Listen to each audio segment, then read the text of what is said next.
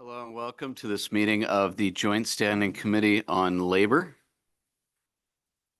And welcome back after a week off. I'm sure you've all missed it.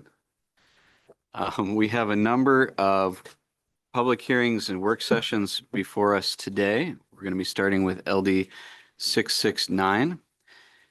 And before we get to that, I would ask committee members to introduce themselves, starting on my left with Representative Macias. Good afternoon. My name is Rafael Macias. I represent House District 51, part of Topsom. Hi, everybody. Thanks for being here. I'm Matthew Beck. I represent House District 122, part of South Portland. I'm Representative Gary Drinkwater. I'm in Labor in District 27. Mike Tipping, Senate District 8 in Penobscot County.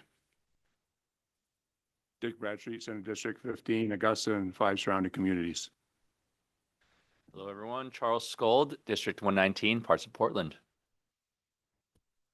Good afternoon. I'm Marshall Archer. I represent District 129, which is part of Saco. Welcome all. We have a few other representatives that have business in multiple committees today, and we'll be back and forth. But I'll say that we will begin with this public hearing in the Joint Standing Committee on Labor. Purpose of the hearing is to invite testimony from members of the public regarding proposed legislation that is pending before this committee.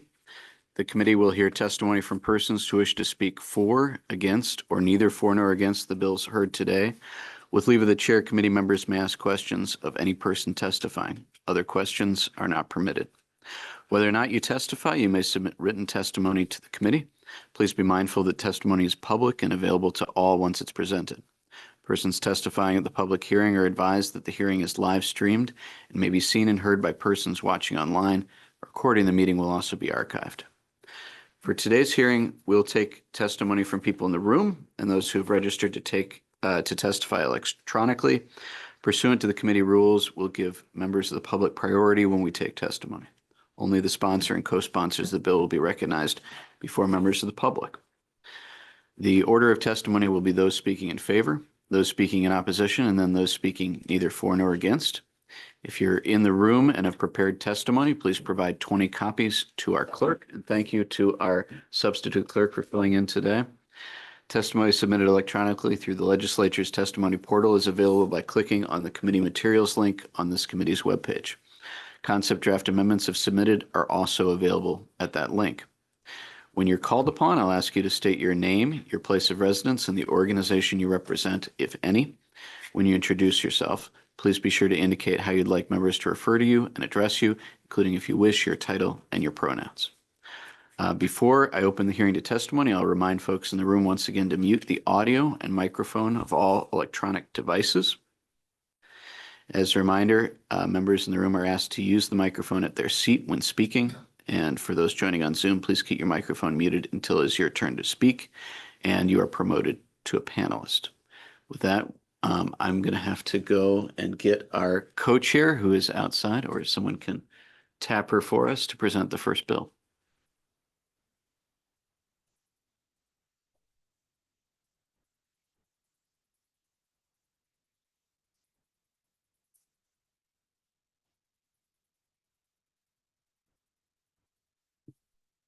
Representative Rader, we have completed the formalities here. I wonder if you might introduce yourself and also the bill.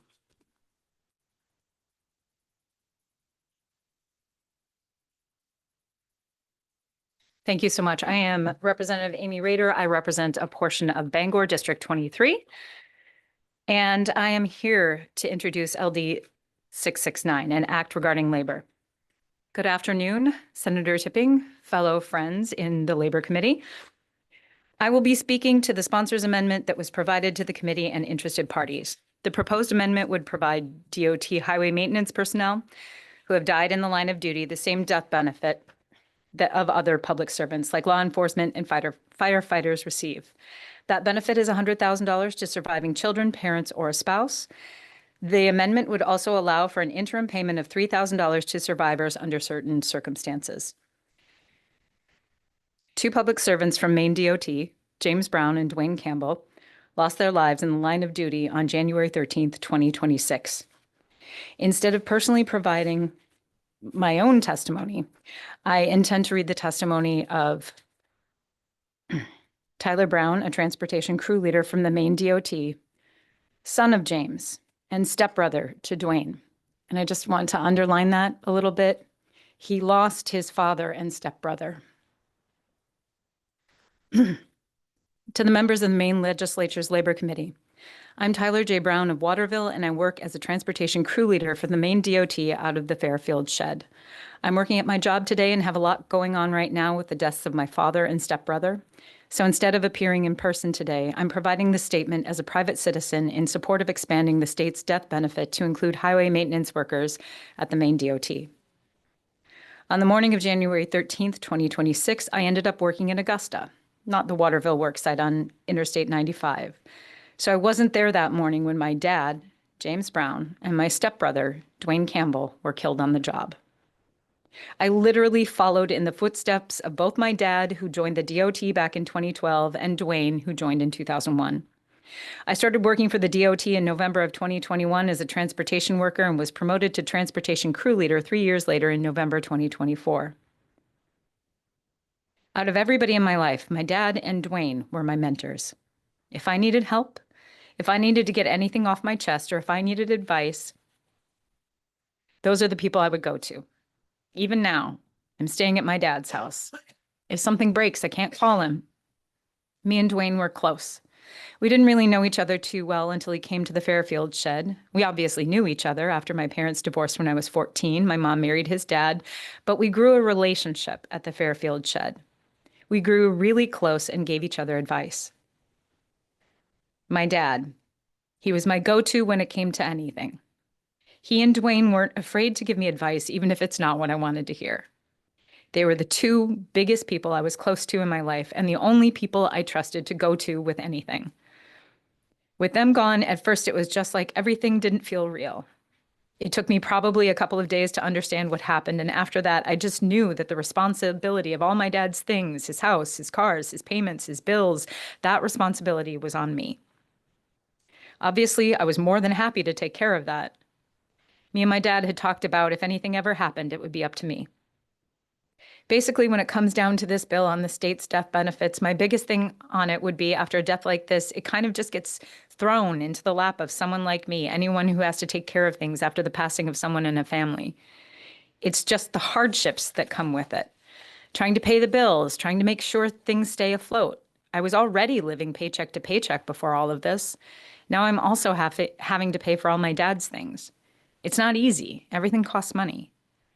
Here's what the state has done so far for us. The state did end up giving each family a $4,000 check to cover funeral costs. My portion of that check, the whole $4,000, went towards my dad being cremated because that's what he wanted, and everything that came with that, the box I chose. The state also said that once the state representatives are named, they will send each family a $3,000 check, so the total state payments will be $7,000 per family. In terms of taking off time to grieve, the state provided me with 40 hours of bereavement for my dad and 40 hours of bereavement for Dwayne, all as required by my union contract. The bereavement time was super helpful, but the first week was basically trying to figure everything out, gathering paperwork, bills, doing as much as I could to do moving forward. The second week was more me, kind of just taking some time. I still have 16 hours of bereavement time. I came back a day and a half early because I wanted to keep myself busy. But when it comes down to bills and stuff like that, I've had to pay for everything. I recently started paying for Dad's CMP, anything I found that I had access to and an account number for. I made those phone calls and started making those payments. There's a couple I didn't have account numbers for, so I had to say, hey, I'm going to pay $100 towards this. Don't shut off the electricity. I can't do much with that until I'm appointed representative of the state. I have a meeting next week. I'm taking care of Dad's house. It's been really cold the past month. I had to keep his pellet stove running. That's in addition to maintaining my own apartment. I basically haven't been to my apartment at all, just making sure the pipes don't burst. I recently got his heating switched over to my name with Irving so he can get refills. I think the biggest point would be for me, and I'm sure I could speak for Dwayne's family too, is that even with my bereavement leave, none of us really felt like we had time to grieve. When someone dies, money is always going to be a factor. Bills still need to be paid. Things still need to be taken care of. If the state's death benefit were amended to include highway maintenance workers like my dad and Dwayne, that would be a huge benefit to have things covered. It would give us time to grieve and have that safety net. Thank you for taking the time to hear my story. This legislation is an important step in acknowledging that some jobs carry a higher risk of injury and death. Acknowledging that these risks are real and directly associated with this line of work is essential for those who put their lives on the line every day to maintain our transportation infrastructure and keep our roads safe. According to a 2026 Bureau of Labor Statistics report, workers in transportation and material moving occupations represented the occupational group with the most fatalities, with 1,391 fatal work injuries in 2024.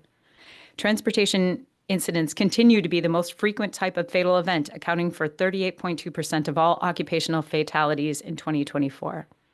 Here in Maine, we can support our Maine DOT workers and their loved ones by changing the statute to reflect this reality and offering some compensation for the family members who are left behind.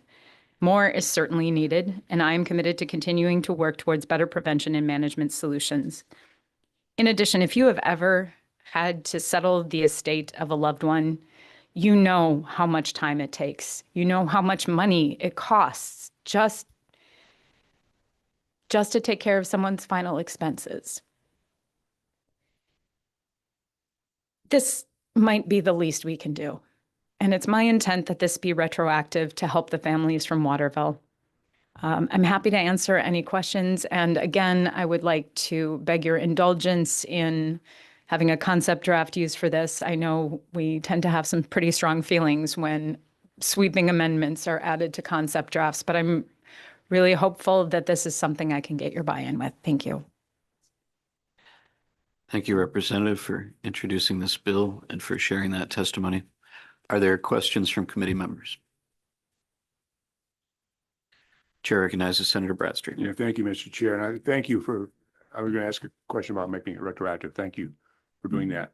I noticed that the money is due to be taken out of the, basically the rainy day fund. Is that going to permanent or is that kind of an interim thing until this is given a particular budget spot? Thank you for that question. In my understanding, it's the intent to mirror the same kind of death benefits for firefighters, corrections officers, police officers. So it's basically the same death benefit, the same funding mechanism. Mm-hmm. And we're hoping that we never have to use it, but. And on the retroactivity, this is retroactive to January 1st, 26. Okay. Other questions from committee members? Representative Drinkwater. Thank you. I've noticed that you specifically have laid out in the amendment who it applies to. So it says to firefighters. Now, my question, and maybe for the work session, curious if that is all local, city and state firefighters, police officers, the same, EMTs, the same, and obviously DOT workers, you have the state, you also have local. Mm-hmm. I'm just curious if that applies to the locals also. Certainly, and with the DOT workers, that's the extent of this amendment, the extent of my intent for this amendment. As to the others, I believe it already is in statute, but I would love to get that information to you for the work session as well. Thank you. And just to be clear, the underlined portions of what we have here are the amendment. The rest is current statute. And on page 2, they're not labeled, but on the second page, under 4 and 5, it has some definitions of firefighter and law enforcement officer. Thank you for that. Additional questions from committee members? Chair recognizes Representative Archer. Thank you, Mr. Chair. Recognizing the death benefit, and I'm just not familiar with human resource benefits as an employer of the state of Maine. We don't pay for these death benefits as an insurance payment. Is it something we offer and you have to opt in? Because could that just be a payment that the state 100% pays as the employer? And that's, I know employers that do that. Exactly. There are employers that offer that as a benefit. This is separate from that because they are serving the state in dangerous careers. And regardless of whether or not that is provided as an insurance option that someone can opt into or opt out of, this is us saying we acknowledge that something must be done. Okay, I was just wondering if the insurance payment, which would be potentially significantly higher, if that's not offered as an 100% employer paid, maybe that's something we can consider as well. I do like the benefit. This is usually quick payments Mhm. compared to insurance, so And putting it in statute also means that it's permanent. Yeah. And insurance companies come and go. Union contracts negotiate things in and out of insurance packages. We know that things could change with any insurance product. got it. Thank you. One area of clarification here, the amendment proposes the supply to those which the Commissioner of Transportation determines under rules adopted and pursuant to the section that a person performing highway maintenance work has died while in the line of duty. Is there any definition here of what line of duty means for these workers? And is the intent to be just those actively performing highway maintenance work or any highway maintenance workers? So when it was brought to me, when someone asked if I would use my concept draft to do this, the intent was to be narrow because we want this to pass. And we thought if we narrowed it down to the specific situation as we saw in Waterville, might be more likely to pass. I'm open to expanding it. I'm open to hearing more arguments towards it. But this is my priority right now. So just anyone, the intent is for those performing highway maintenance work that are Yes. killed. Okay. And do we have any concern that that is too limiting, that if they're working on a bridge or a state route or something, that it wouldn't count as highway maintenance? I'm not yes. as clear with the definition. Yeah, that is something that I am concerned about and I'd like to address for the work session as well. Okay. Any additional questions? Seeing none, thank you very much. Thank you. Representative Collins, would you like to introduce yourself? Good afternoon. My name is Alicia Collins. I represent the towns of Sydney and Vassalboro. Thanks for being here. And as this is a concept draft, I don't believe we have any co-sponsors. Are there any representatives of government entities, agencies, departments that wish to speak on this bill? Welcome.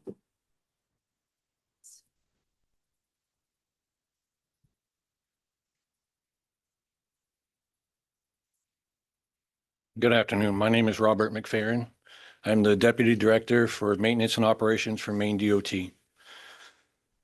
Senator Tipping, Representative Rader, and distinguished members of the Joint Standing Committee on Labor, I'm here today to testify in support of behalf of the Mills Administration of the proposed amendment of LD 669, which would extend line of duty death benefits to employees of the Maine Department of Transportation who perform highway maintenance work under Title III, Section 53.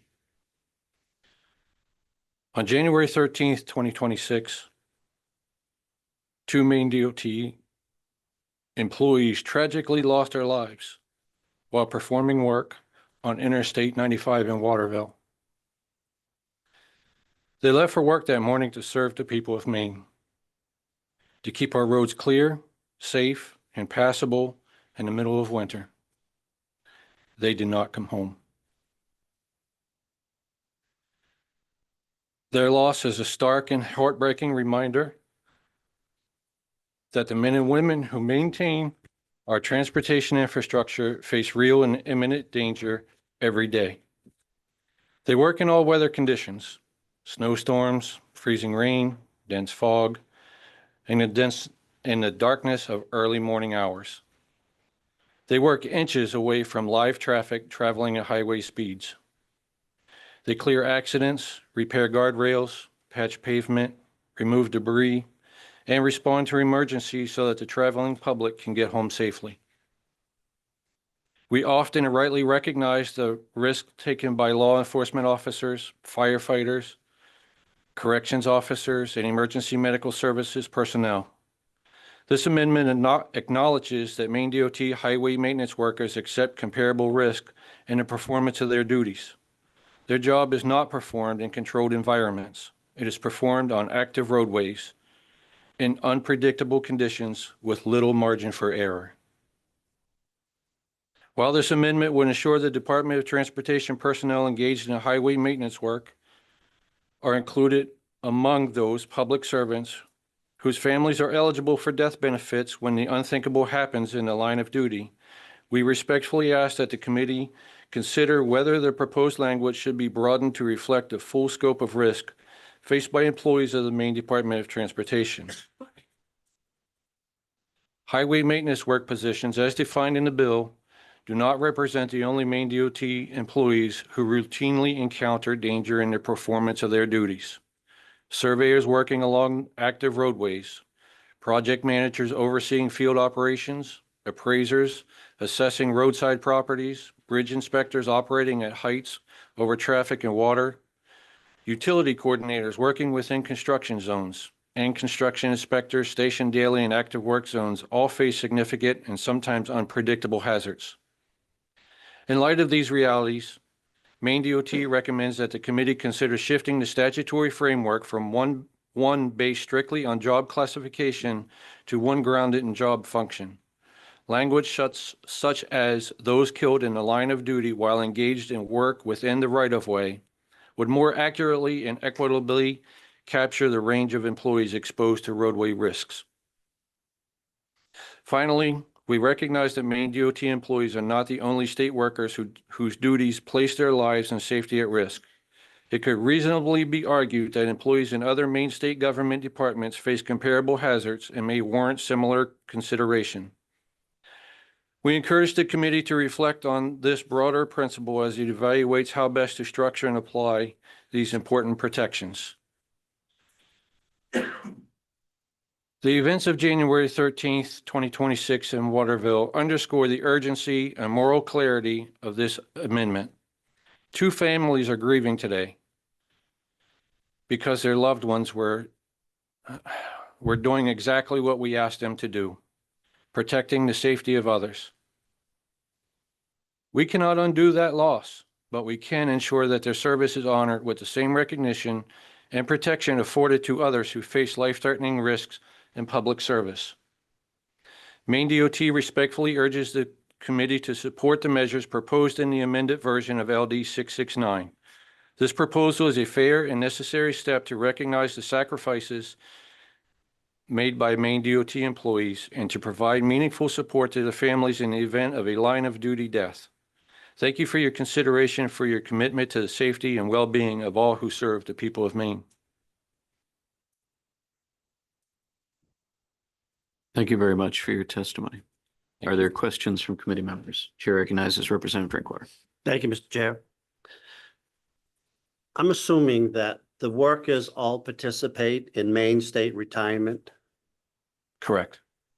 And do you know, as a blanket question, is there a life insurance policy that is provided for them through, this might be a question for the work session, through Maine PERS?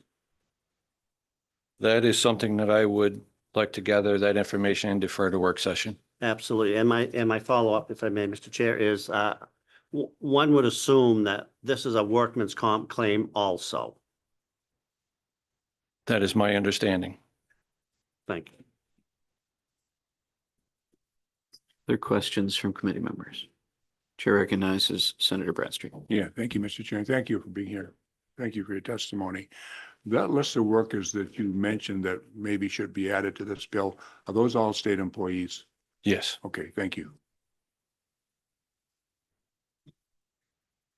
Just had a couple things. So in kind of the broadest scope of your recommendation here, you say we might want to take a look at all kinds of state workers that may be at risk in their work.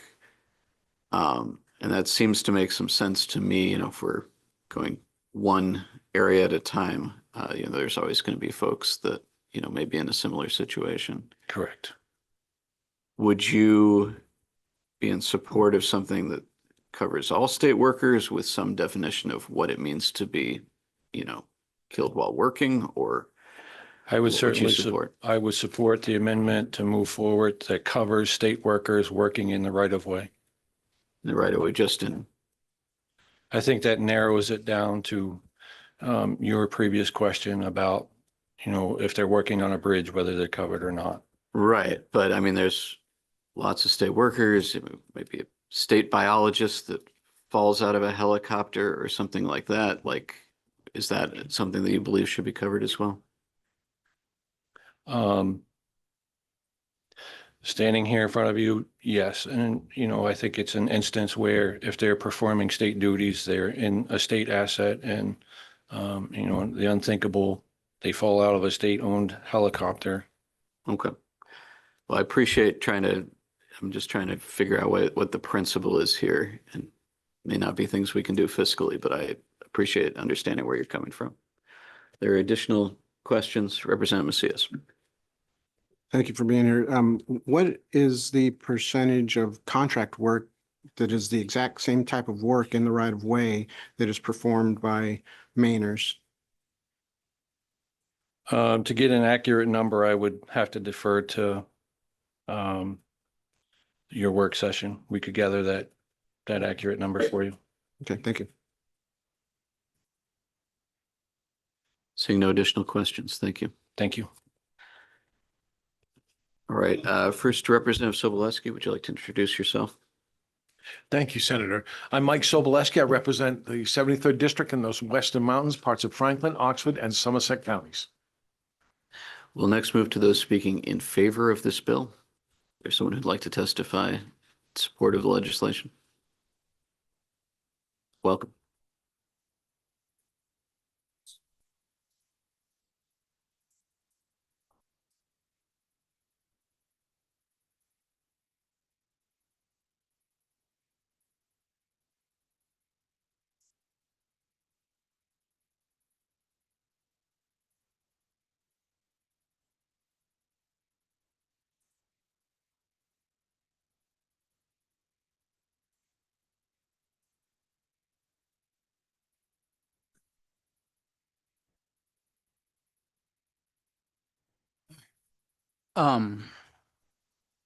Senator Tipping, Representative Rader, and the members of the Joint Standing Committee on Labor. I'm Malik Maberduk, Executive Director of the Maine Service Employees Association, Local 1989 of the Service Employees International Union. We're a labor union representing 13,000 Maine workers, including the Maine Department of Transportation employees who do highway maintenance throughout our great state of Maine. We're here today to support LD 669, sponsored by Representative Rader, so that Maine DOT workers who perform highway maintenance work are included in the state's death benefit, retroactive to January 1, 2026. This amendment is in recognition of the on-the-job tragedy that claimed the lives of two of our members earlier this year. MCA member James Brown, a transportation worker 3, and MSCA member Dwayne Campbell, a transportation crew leader. Both of Waterville died January 13th, 2026 on Interstate 90 5 in Waterville. According to the National Transportation Safety Board's preliminary report on the incident, a vehicle entered the interstate without stopping at a temporary stop sign, collided with a tractor trailer, and was pushed into the work zone, striking James, Dwayne, and another worker. James and Dwayne were forced over a bridge railing and fell to the road below. Both died at the scene. The legislation would amend Title 25, Chapter 195A to include Maine DOT workers who do highway maintenance work to the job classifications eligible for the death benefit. The origin of the state's death benefit law goes back to legislation that came before the Labor Committee in 2001. The law provided law enforcement officers, firefighters, emergency services, medical services persons who die in the line of duty with a $50,000 benefit paid to identified survivors as defined in statute. This was expanded in 2005 to include the roles of judicial marshals, forest rangers, detectives, and certain security personnel. Then in 2020, LD 2044 was signed into law, adding additional emergency services personnel and corrections officers to the death benefit and increasing the death benefit to $100,000 and indexing it to inflation.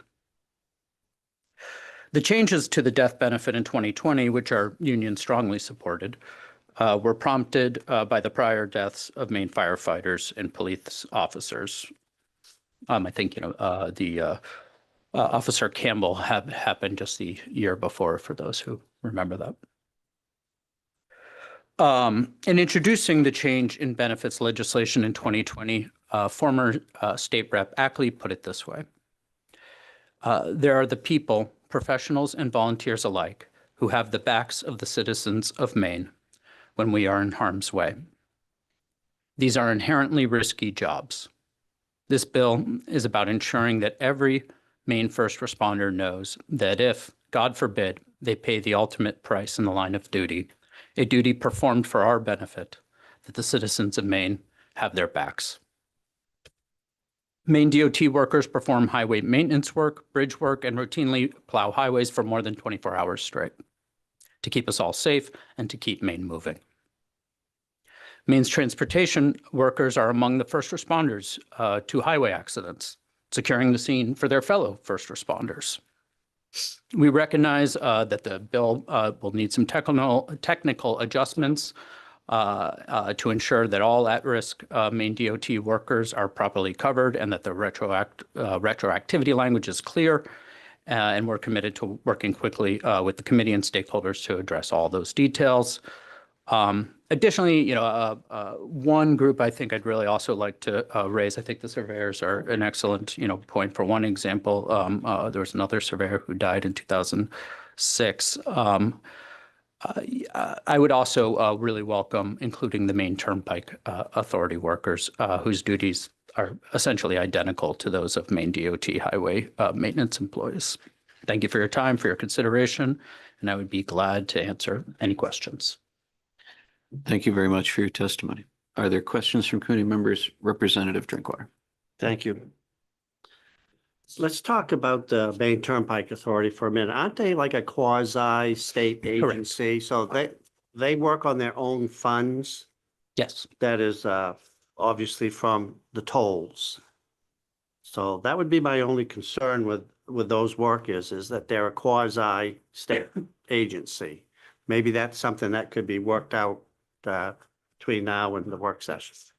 Yeah, I mean, so similarly, workers of municipalities and counties, are covered by the current death benefit already. So there's already a little bit of that, sort of joint employer almost sort of style responsibility that the state takes on.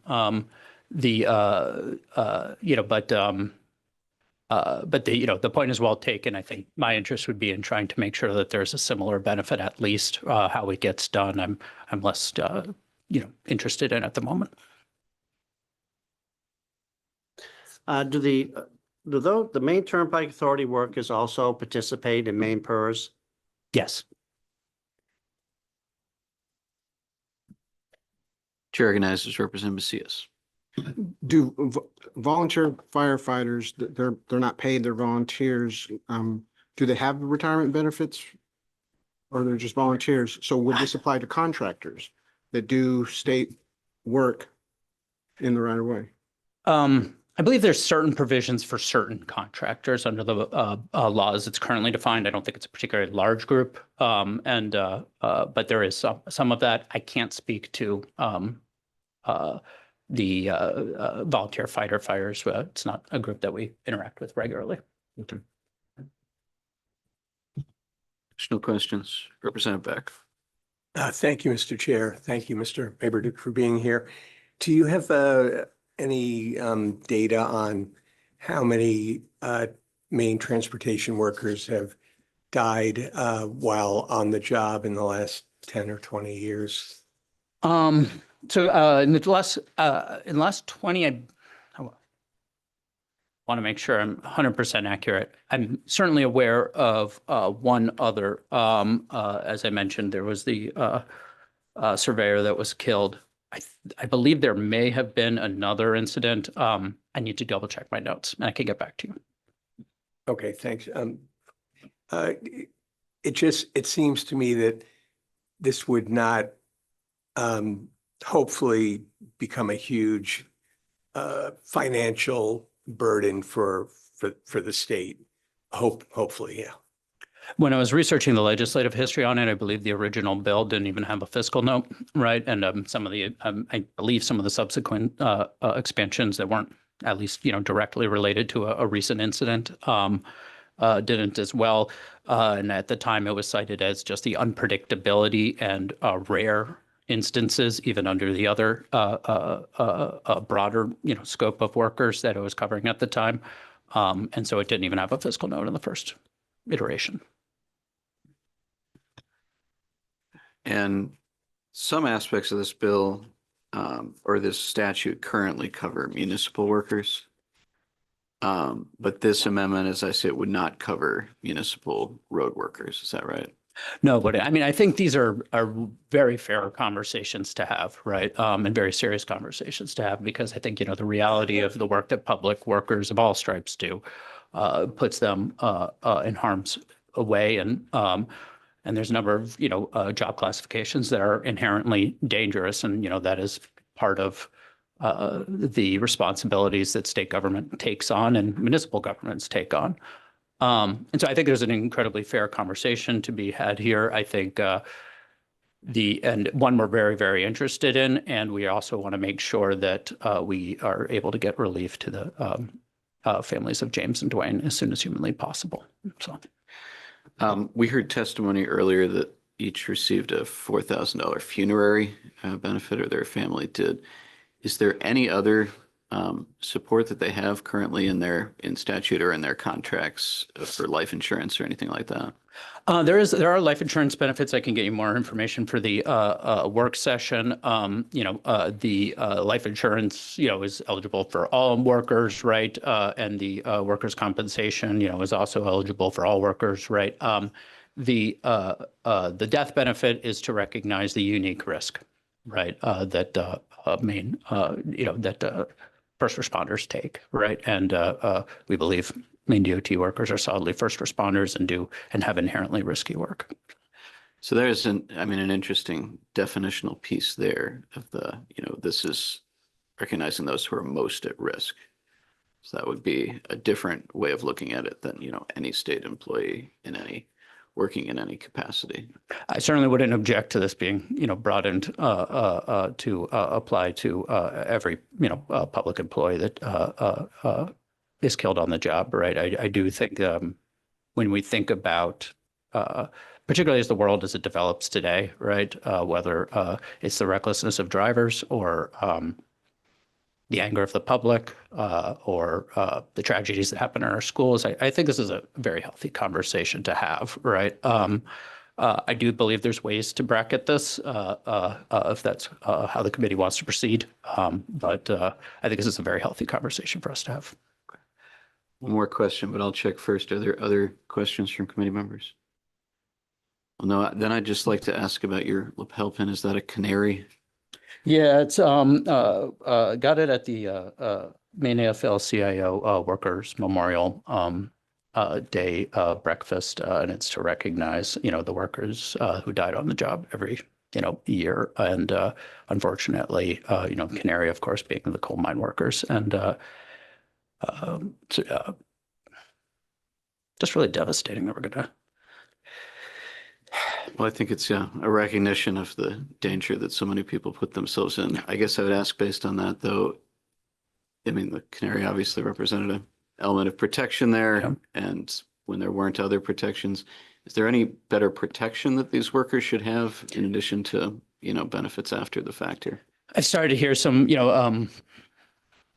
was really, it took a little bit of time for, I think, a lot of our members to start opening up to those questions, just because there's, a period of like mourning and grieving and fear, I think, because there's so many, I've heard so many stories from our members of like being swiped, of near misses, since this tragedy. And I had heard some before that as well, but people really started talking about it, but it took a little bit of time.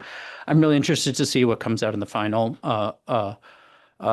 report of the transportation safety, and I believe there's another investigation underway under Maine DOT. There's somebody after me who can speak to it a little bit more closely, who's been sort of tracking those efforts for MSCA. I've heard that there was concerns about retrospectively, there's a lot of people who had concerns about the work site, about the way it was set up, right? And I've heard that from a number of sources. As far as I can tell, all protocols were followed, all code was followed. But I've been just doing some research on my own as well. I'm sure there's more that we can do. Well, thank you. I realize those issues may not be before our committee, but I think they're important to recognize in the context of considering this proposal? And something we're excited, it's a conversation with a little bit more time that we're hoping to be able to have with all of our stewards and members in DOT. Seeing no additional questions, thank you for your testimony. Thank you. Are there those who'd like to testify in favor of this bill?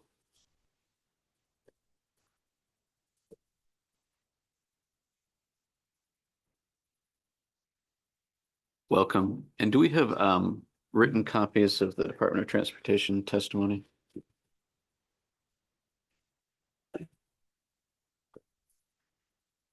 Did you steal the pen, Alec?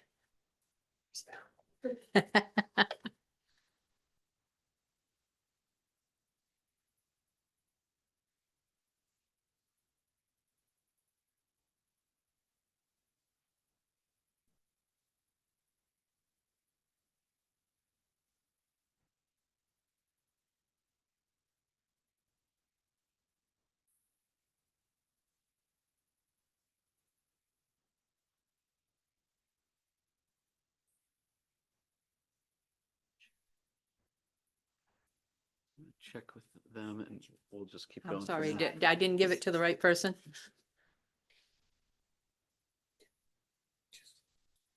And I talk real fast, so you have to tell me to slow down. Fast is great. Yeah, well, and, sometimes, yeah. You may begin at any time. Thank you. Okay. Good afternoon, Senator Trepling, Representative Roder, and members of the Labor Committee. My name is Robin Upton Sukeforth, and I am speaking as the spouse of a DOT transportation worker too. I am testifying in support of Representative Roder's amendment to LD 669 by adding highway maintenance workers to MRS Title 25, Chapter 195. My spouse has worked in the road construction business since 1974. He was 18. That's a very long time. First, he worked for private companies, paving many highway, state routes, or town roads in mid-coast area. A very busy area. He was the foreman when Route 1 in Wiscasset was first paved at night. At one point, he was asked to consult on the first night paving project in Massachusetts. He was the foreman of a paving crew for 20 years, and I can tell you his greatest pride was leaving private employment with no workplace injuries for his crew under his leadership.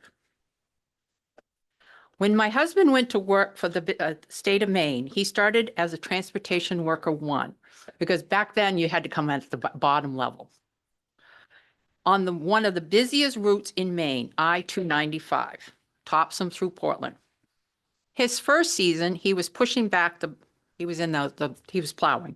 He was pushing back the left shoulder with a massive plow truck, all safety signage in place, etc. A passenger car decided the right side lane was moving too slow, doing what any person in a hurry would do. He accelerated and proceeded to pass all the cars by taking the left lane. When it became evident that the passenger car would have rear-ended the state plow truck, the driver cut back to the right, clipping the right wing of the state plow truck. My husband, as the driver, witnessed the car do a flip, then fly over the DOT truck going from the right to the left.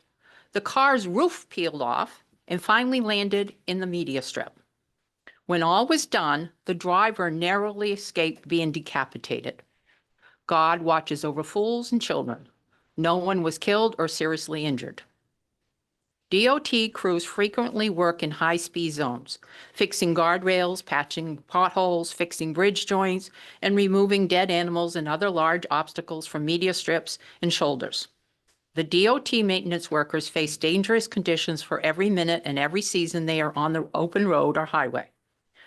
Despite multiple signs warning of work zones, reduced speed limits, and lane closures, the public traveling through work zones might, and I mean might, drop their speed a token 5 miles from the 70 miles plus they're going.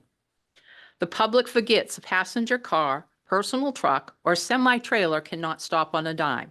Their velocity and tonnage are deadly. The January 2026 death of 2 DOT employees was a tragedy that demonstrates the inherent danger of working road construction. It is a reminder that when I kiss my husband as he leaves for work, My job and my goodbye and his wish to be safe is more than a root comment. It is a reminder of the danger he faces in the next 8+ hours. I speak in favor of Representative Rota's amendment to include highway maintenance workers for enhanced benefits in the event of the death in the line of duty. Thank you for your time and consideration on this incredibly important, and I'm happy to answer any questions.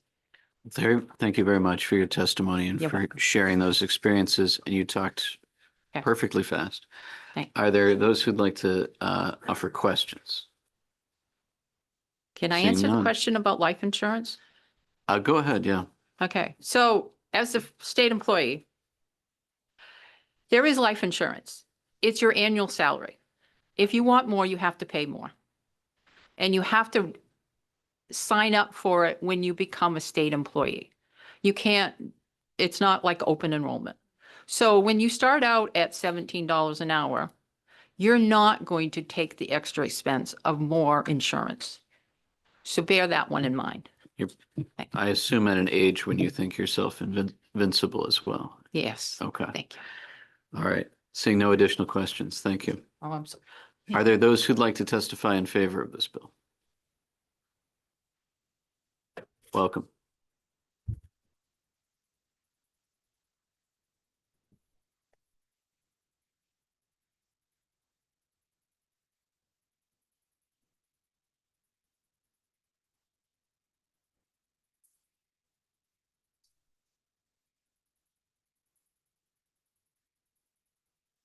Good afternoon, Senator Tipping, Representative Rader, and members of the Joint Standing Committee on Labor. My name is Adam Good. I'm the Legislative and Political Director of the Maine AFL-CIO. We represent 40,000 working people in the state of Maine. We work to improve the lives and working conditions of our members and all working people. We testify in support of LD 669.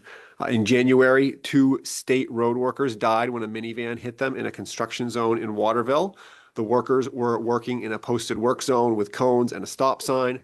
Both workers lost their lives when a minivan and a tractor trailer collided as the minivan was entering the passing lane. After the collision happened, the minivan entered the work zone, hitting 3 state road workers. 2 of those road workers passed away after falling over the bridge onto Kennedy Memorial Drive. Maine's line of duty death benefit provides a one-time tax-free line of duty death benefit of $100,000 to the families of eligible law enforcement officers, firefighters, emergency medical services personnel, and corrections officers. It's indexed annually for inflation. The benefit, funded by the state, applies to deaths occurring in the line of duty. This bill adds highway maintenance workers to the groups of employees who are eligible for the line of duty death benefit. The death benefit is designed to honor the ultimate sacrifice of public safety professionals and to ensure their members are not left in financial ruin. Highway maintenance workers do dangerous jobs that serve the public benefit. These workers have families and should not be left in financial ruin when tragedy strikes. For these reasons, we ask you support the bill. Thank you very much for your testimony. Are there questions from committee members? Chair recognizes Senator Bradstreet. Yes, thank you. Actually, you're a person who might know the answer to this because I just hit me about index to the inflation. Is the benefit 100,000 right now, or is it? No, 100,000 at some point I think down? Now it's been indexed. Yeah, I think that was my sloppy way of saying I don't exactly know what the benefit is now. I think that it was 100,000, and then in maybe 2020, they changed it to index it to inflation cents. So it probably has changed. Someone has the answer somewhere. Okay, Yeah. good. Okay, good. And just to comment on the question about expanding or not, and of course, we believe strongly in the dignity of all work, and we're very much against workers making that type of sacrifice. But I think that the approach that Representative Rader has is a good one, and we would not want to do anything that would jeopardize this committee taking action to do something now and this year. So there's a lot of different workers that care about the line of duty death benefit, and I know that many of them are going to stay silent on this specific change. And I think our guidance to the committee as you work on this is to try to get something across the finish line to help this specific group of workers. And if we want to look at the whole program more holistically in the future, we just wouldn't want the perfect to be the enemy of the good here. Thank you. I assume the principle there would be that these are workers that are putting themselves at an inordinate amount of risk in these positions. Yeah. Okay. And do you have any information I don't know if this is at all available, but in terms of law enforcement, firefighters, medical services, corrections officers, what the kind of risks that different employees are running here? What? I assume that would need to be for the work session. I guess I'd be interested if that is the principle we're going by, the rates of injury or death in different public service areas would be something we might consider. Yes, you could. Okay. Any questions from committee members? Chair recognizes Representative Drinkwine. Thank you, Senator. When you folks collect dues from members, does that include a life insurance policy as part of their dues package? We are a federation of labor unions. We are not technically a labor union. We have 200 affiliate unions. We are not providing benefits the way that a union would like that. Different unions offer different policies. Different unions have different perspectives on things. There are some unions where you go in and sign up for it and they tell you about signing up for the life insurance policy and there's not a lot more to it. But we believe in a much broader approach to the labor movement in terms of solidarity and collective bargaining and supporting workers throughout their entire career. So it's a little bit more than just buy this insurance policy for us. Yep. Additional questions? I had one just on the off chance that you can answer. There was a question earlier about whether current benefits are paid out of the budget stabilization fund. Is that how it currently works, to your knowledge? I do not know the answer to that. Okay. Yep. We'll get someone to do that, to look into that for the work session, but thank you. Seeing no additional questions, appreciate your time. Are there those who wish to testify in favor of this bill?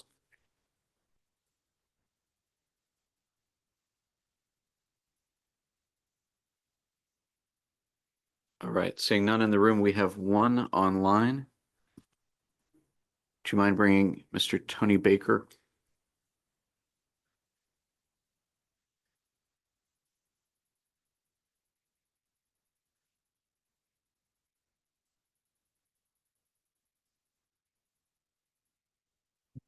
Welcome. We can see and I hope hear you.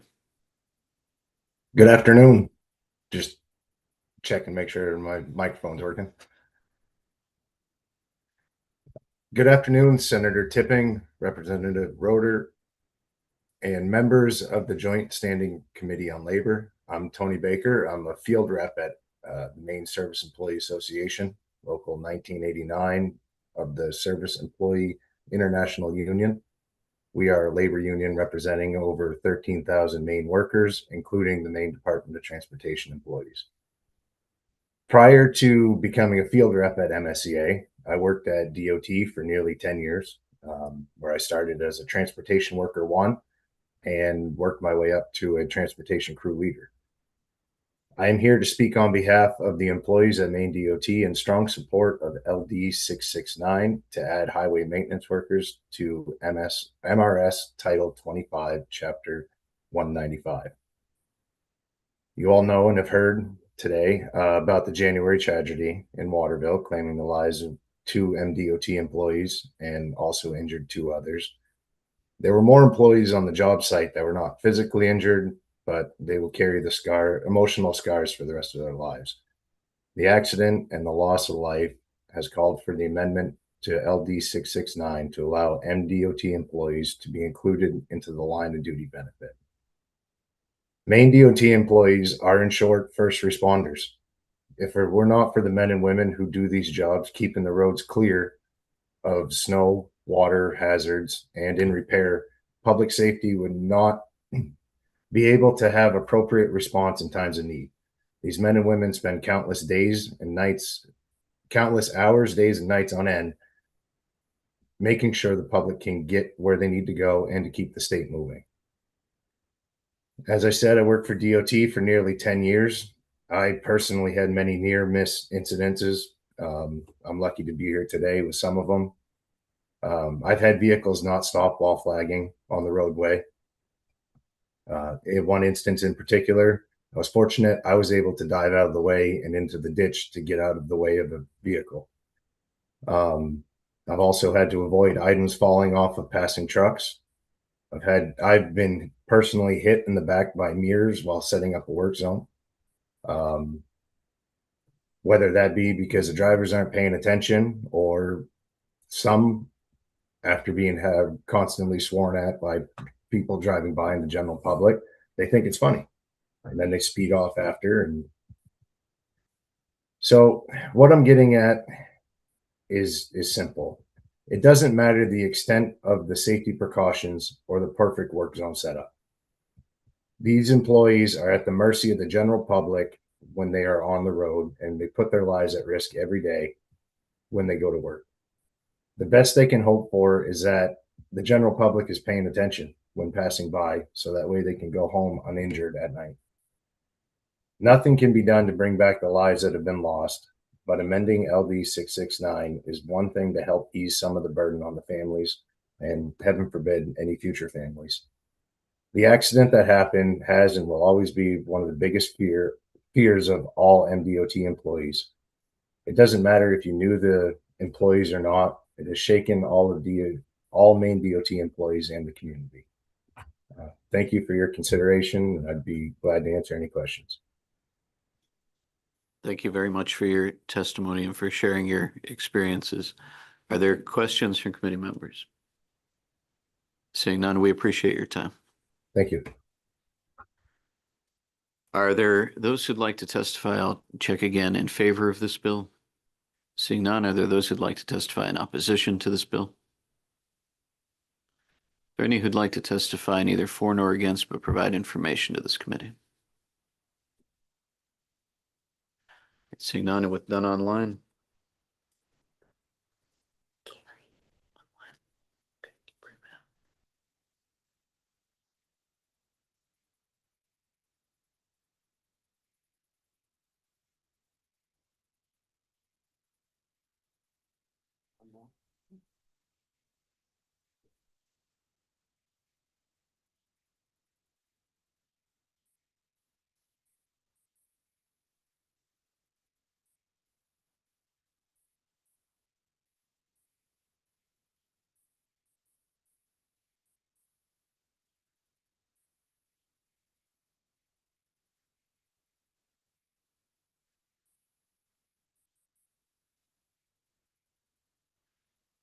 Carrie, if you can hear me, if you're able to accept the panelist request.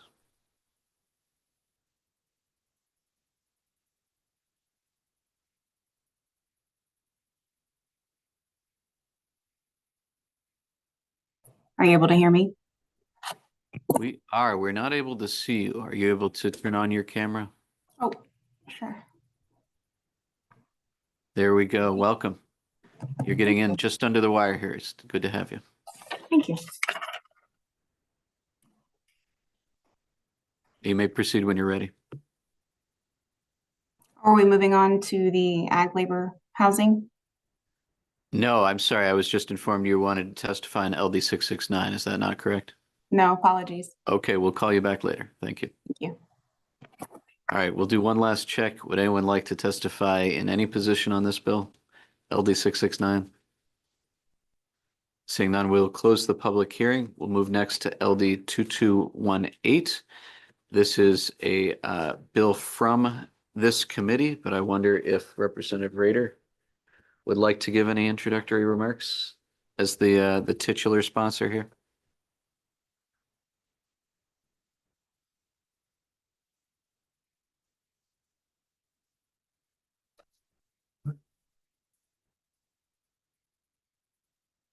I will give the very briefest and barest of remarks. As you will recall, this came out of our work in the committee. We found it was something that needed to be updated, and hence the bill. And I will leave any follow-up information for anyone who comes after me. Thank you. All right, and I'd remind members, we've talked about this issue a few times. We have the bill in front of us with a single line change. Are there those who'd like to testify in favor of this bill? Welcome. Thank you.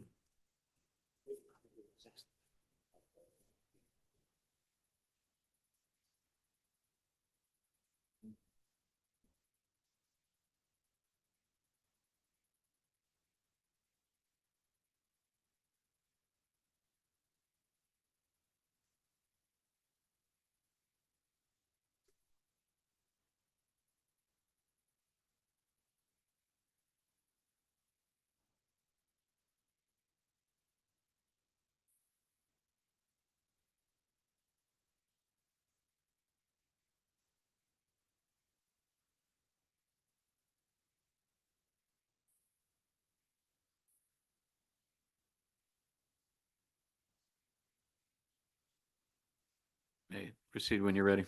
Thank you. Good afternoon, Senator Tipping, Representative Rader, and members of the Joint Standing Committee on Labor. My name is Neil Daly, and it is my privilege to serve as the Executive Director of the Maine Labor Relations Board. As you are aware, the MLRB, a tripartite panel composed of gubernatorial appointees, plays a key role in labor management stability in Maine, primarily by enforcing the state's 4 public sector collective bargaining laws. As recently discussed with this committee during the MLRB's Government Evaluation Act meeting, we are fortunate to have board members with many collective decades of professional experience in labor law, including time spent as arbitrators, mediators, and representatives of labor organizations or employers. This level of experience helps to ensure the board is appropriately deciding cases, as reflected in part by the relatively low number of appeals of board decisions to the Maine courts.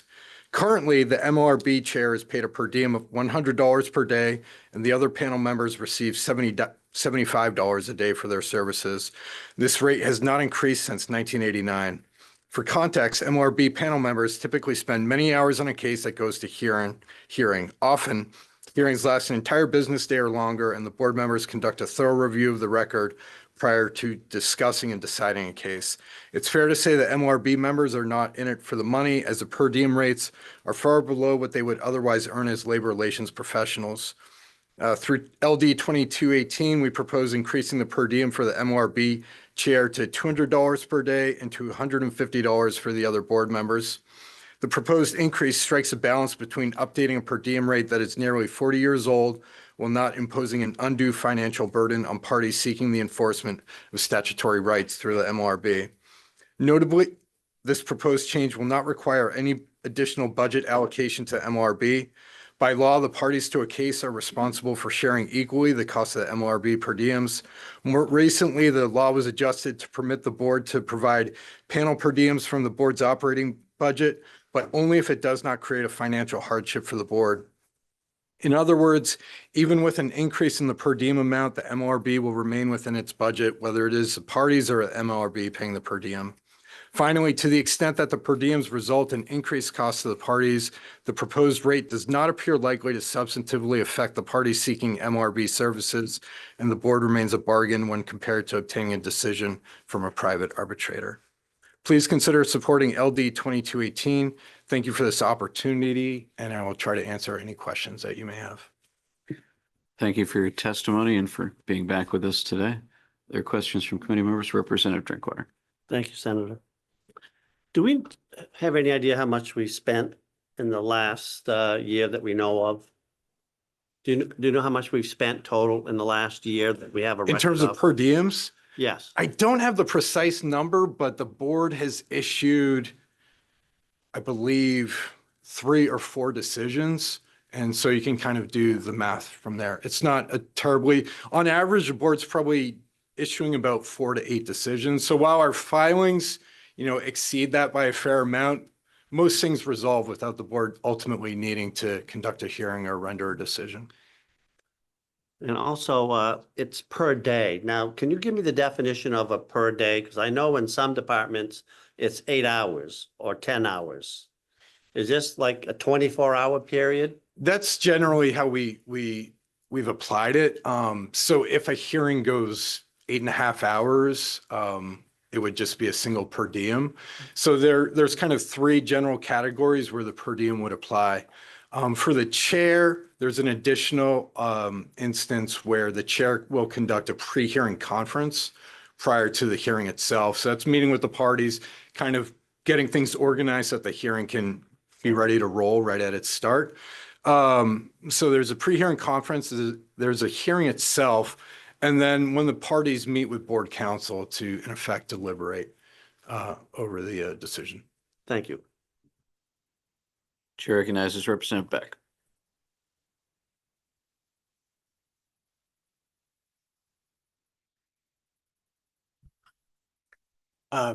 Thank you, Senator Tipping. In the pre-hearing conference, will that sometimes lead to the situation being resolved before going to a full hearing? Yes, sometimes it does. It can certainly trigger the parties to kind of evaluate their respective positions. And whether it's at the conference or itself, sometimes I'll engage with the parties directly to facilitate resolution, or the parties will communicate directly with each other. But it can certainly, help trigger that process for sure. Okay, thanks. Senator Bradstreet. Thank you, Mr. Chair, and thank you once again for being here. Are you able to get those figures that Representative Drinkwater asked about prior to the work session? About how much the. Sure. Yeah, certainly. Okay, Yep. thank you. Seeing no additional questions. Thank you. Thank you all. Are there those who'd like to testify in favor of this bill?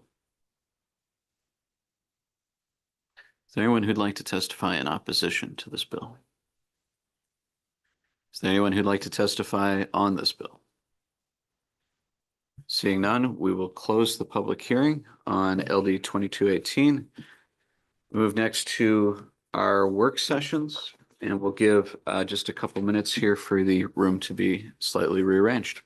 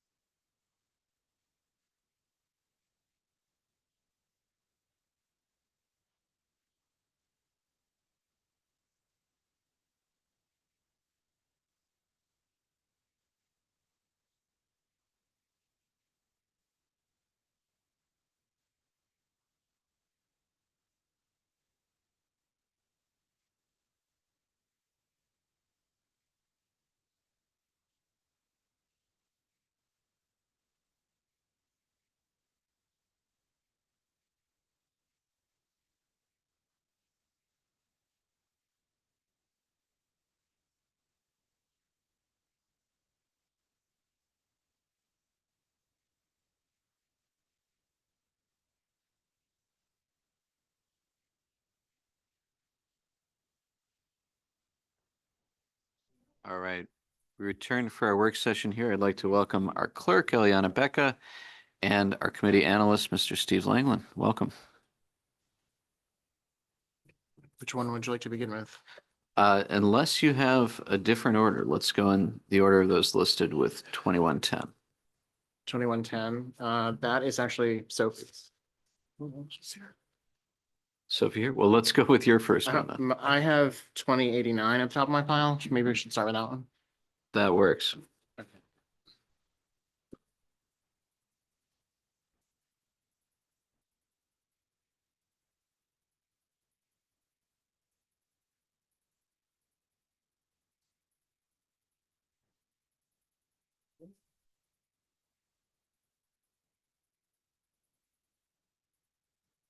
See. I love how you asked me the order I wanted. So 2089 is sponsored by Representative Pluker and put in for the Department of Labor. It's an act to amend the law governing agricultural labor housing standards. So the current law on this is that the Bureau of Labor Standards in DOL has to adopt rules for the protection of the health, safety, and welfare of the agricultural laborers and their families who occupy housing provided, owned, or controlled by their employers. The rules apply only to housing facilities of employers of agricultural labor who provide housing to no more than 5 employees and whose minimum housing habitability standards are not already established under the regulations on housing that are promulgated by the United States Department of Labor, Occupational Safety and Health Administration, or OSHA, under the Federal Migrant and Seasonal Agricultural Worker Protection Act. The law as it stands now says that the rules that the department adopts have to be identical to the federal housing habitability regulations promulgated. And the rules are routine technical, which for your purposes, it just means no legislative approval is required. So that's the current law. The proposal in front of you would remove the requirement that the rules adopted by Maine DOL have to be identical to the federal standards. There is a proposed amendment attached. And the proposed amendment, it's similar to LD 2089. But the amendment does not require the Bureau of Labor Standards to adopt the rules. Instead, it gives them permission to adopt them. So it's a may instead of a shall.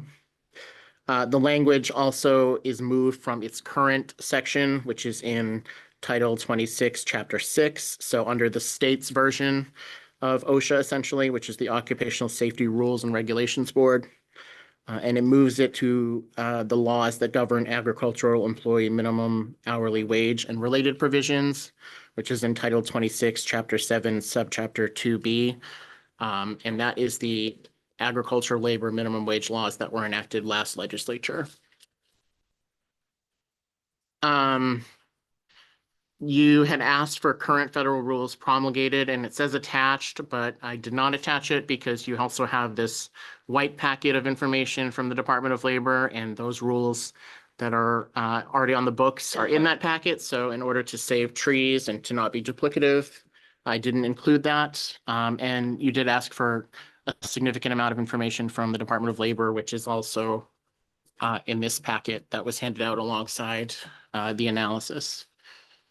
I'm happy to try to answer any questions. And I should also note that on Zoom, we have the, I can't remember the title, but it's the person in the Department of Labor who deals with the migrant labor. So they're on Zoom if you have questions that perhaps the director can't answer. State Monitor Advocate. I think that's the title. That's what it is, I think. Okay. She came to me. I believe we met her briefly before. All right. Are there questions from committee members? And we have some folks we can bring up here as well.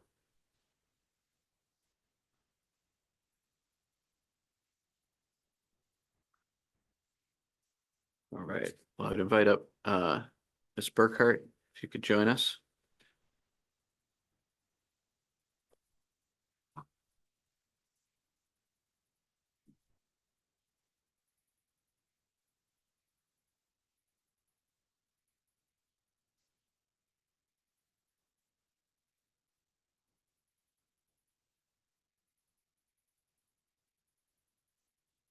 Welcome. If you could introduce yourself and then perhaps begin with a description of what you understand the intent of this amendment and its effect.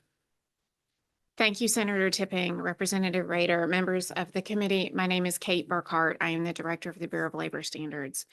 The intent of the amendment is to achieve the goal of the bill, which was to afford the Maine Department of Labor the ability to fill in gaps if the U.S. Department of Labor rolls back regulations that protect farm workers.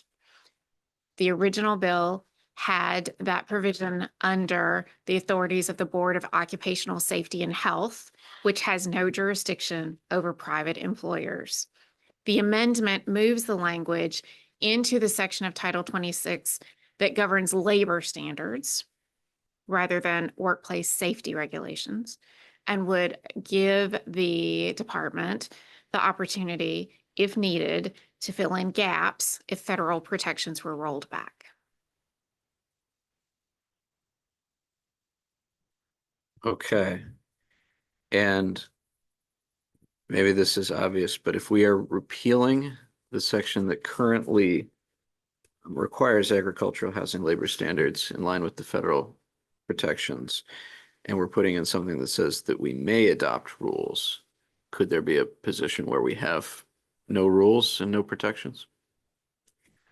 Senator Tipping, we currently have no rules because the Board of Occupational Safety and Health has no jurisdiction over the people who provide the housing required under federal regulation, the housing required for H-2A workers and for migrant seasonal farm workers.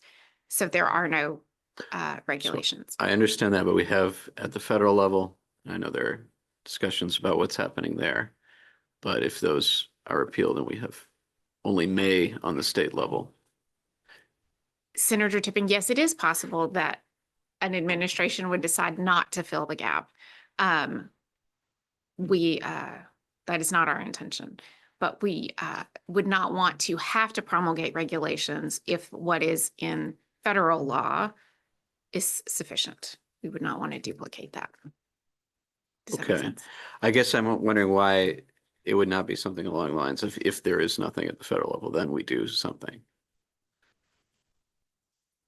Right, but it says right now we may.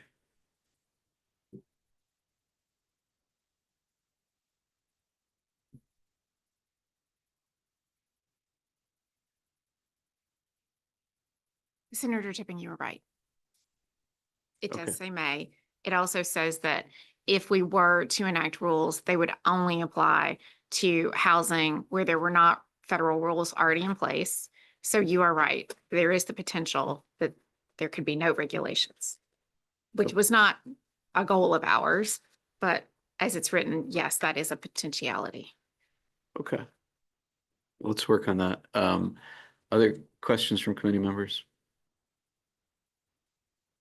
Senator Bradstreet. Thank you, Mr. Chair. Thank you for being here.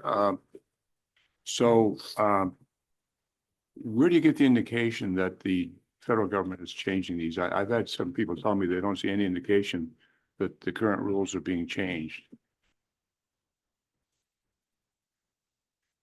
Senator Bradstreet, on July 2nd last year, the U.S. Department of Labor issued a notice of proposed rulemaking to roll back the protections for migrant and seasonal farm workers that became final in 2024, what people refer to as the 2024 final rule. This is part of a larger group of notices of proposed rulemaking last summer to roll back protections across multiple industries. And so while if this particular rollback were to occur, the consequences are not catastrophic. There is a trend right now with the U.S. Department of Labor to roll back protections. And because Maine has a pretty strong philosophy of worker protection, we felt like it was important for the state to be able to fill in gaps if those protections were rolled back.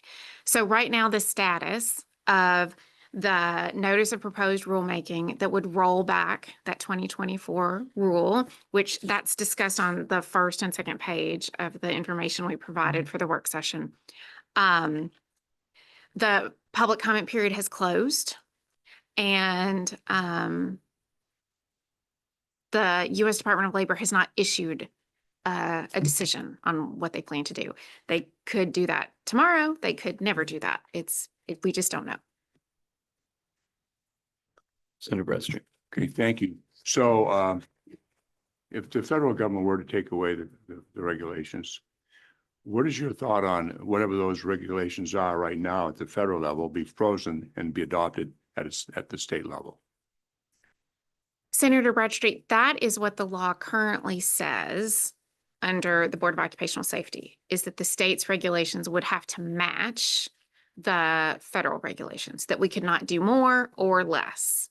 Because our concerns are about less protection, that's why the language in front of you doesn't include that, is so that we could go through the public notice and comment process under the Maine Administrative Procedures Act and have Mainers tell us what they believe is the right level of protection, and then we could implement those rules.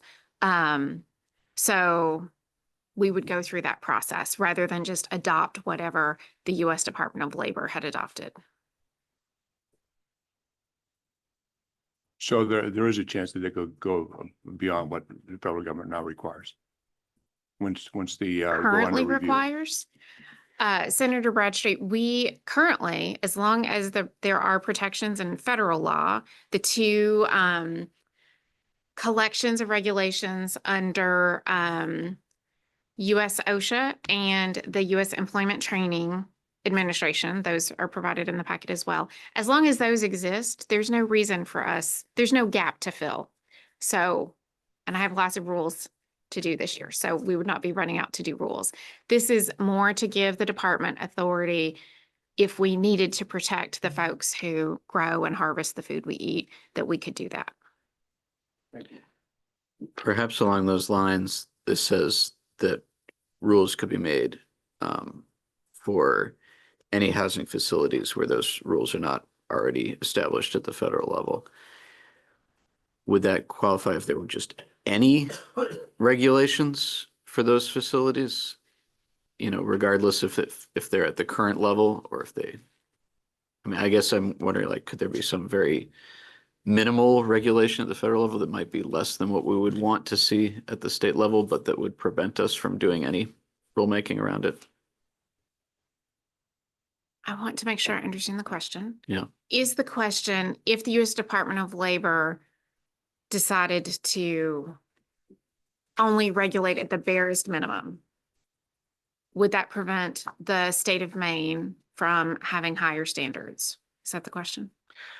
Yeah, I mean, if they removed all of the current rules except for the one regulating, you know, a cook stove or hot plate with a minimum of 2 burners, like, would that count as regulating these facilities and prevent us from doing any regulation ourselves?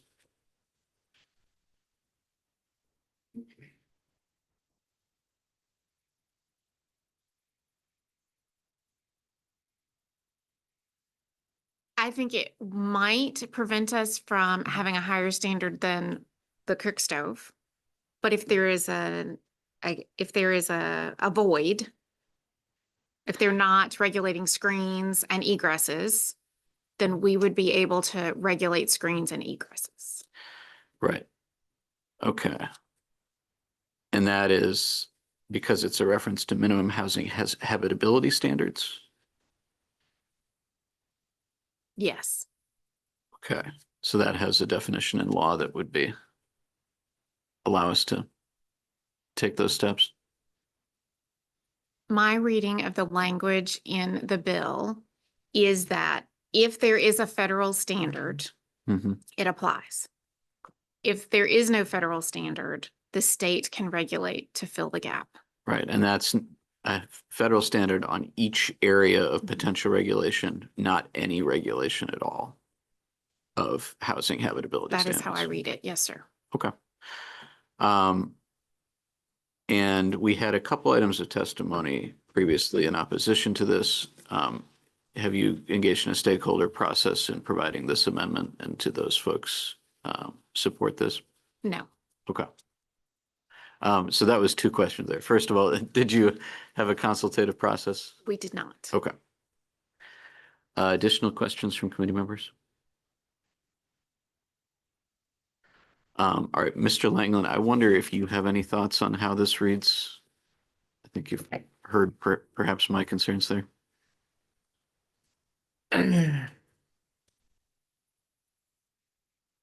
I think that I read it the same way as Director Burkhart. So it says the rules only apply only to housing facilities of employers and employees who provide housing to no more than 5 employees and whose minimum standards are not already established under the regulations. And I think the language of protection of the health, safety, and welfare is broad enough that you can probably, I don't think it would prohibit you from sort of doing what I think that you intend to do. Okay. Well, that's helpful. Additional questions from committee members? Is there anyone else we would like to bring up? We do have, is that The State Monitor Advocate Carrie Young is Carrie on Young? Zoom. Okay.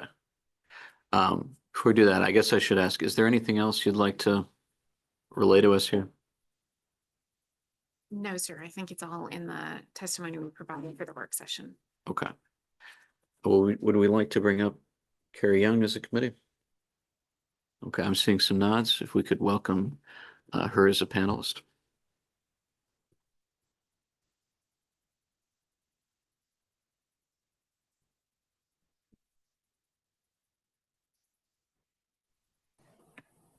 Welcome back, and hopefully for the right item this time. Right. Hello, thank you. I'm Carrie Young. I'm the State Monitor Advocate for Maine. I don't have anything prepared for testimony. I was here to answer questions if you all had any. So if you have any questions, I'm here for that. Any questions from committee members? Those that nodded at me? All right, well, I'll just ask, is there anything that you would anticipate the state doing in reaction either right now, or if these housing standards, if the rule is changed in this way? Is there a current plan or ways that you're thinking about things that you'd like to relate to this committee? If this was adopted, is that what you're? Yeah, is there a way you want to use this legislation, I guess is what I'm asking. I think that it would be helpful for clarification for employers to understand what the rules are. As Director Burkhart mentioned, there are two separate standards, the OSHA and the ETA. And so being able to sort of condense them would be helpful for everyone to understand the regulations a little better.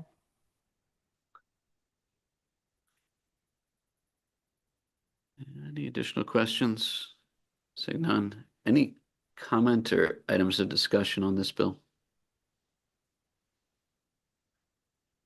All right, well, thank you both. And we'll move on to our next item.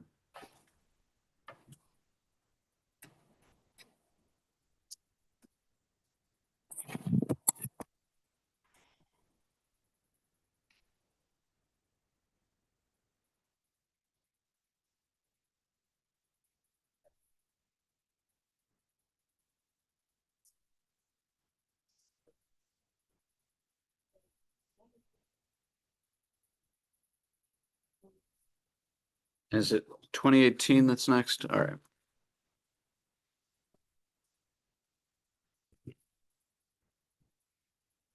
So LD 2018, sponsored by Representative Matheson on behalf of the Department of Labor.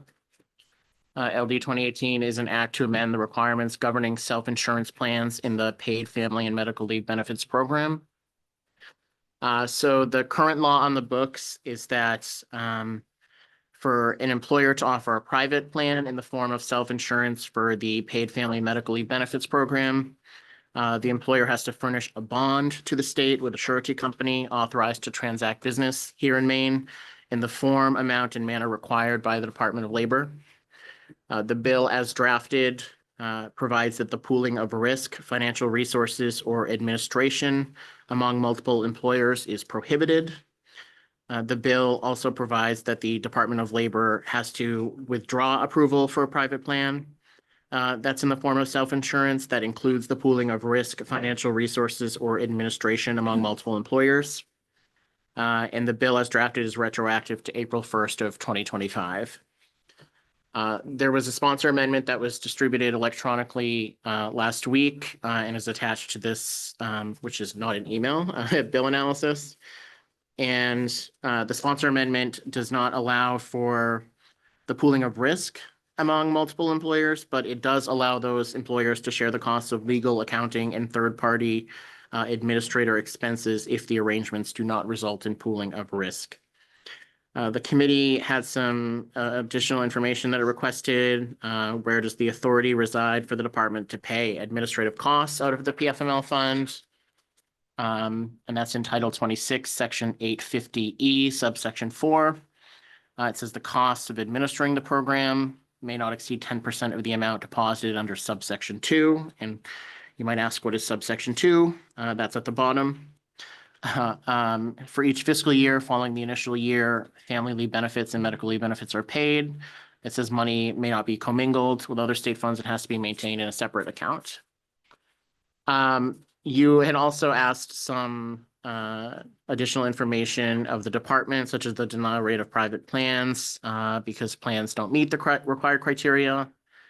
You had also asked me to provide the statutory framework for group self-insurance in the workers' compensation statute. I provided it. It's incredibly lengthy.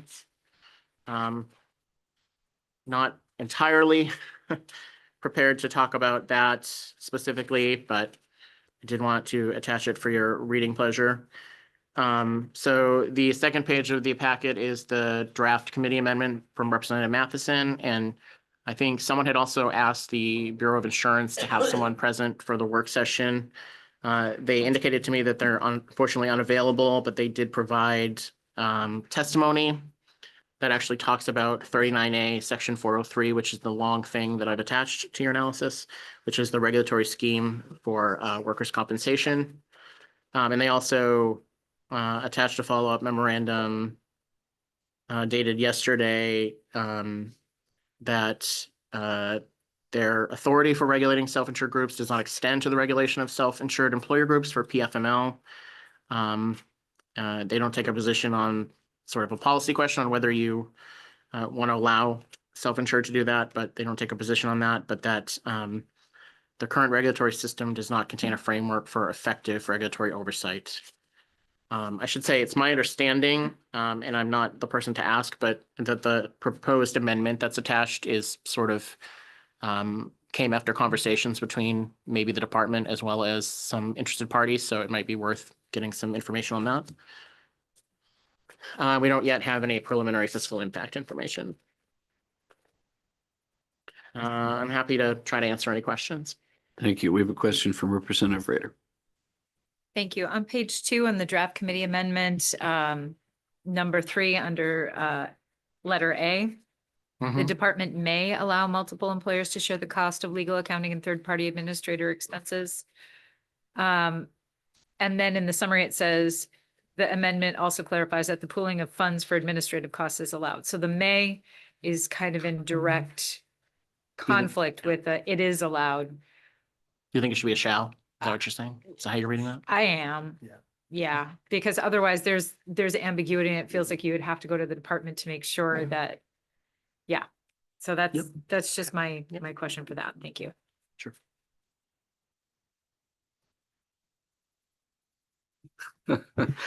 Any questions for our analysts before we talk with others here? All right, do we have representatives of PFML? What are we? The Department of Labor. Welcome.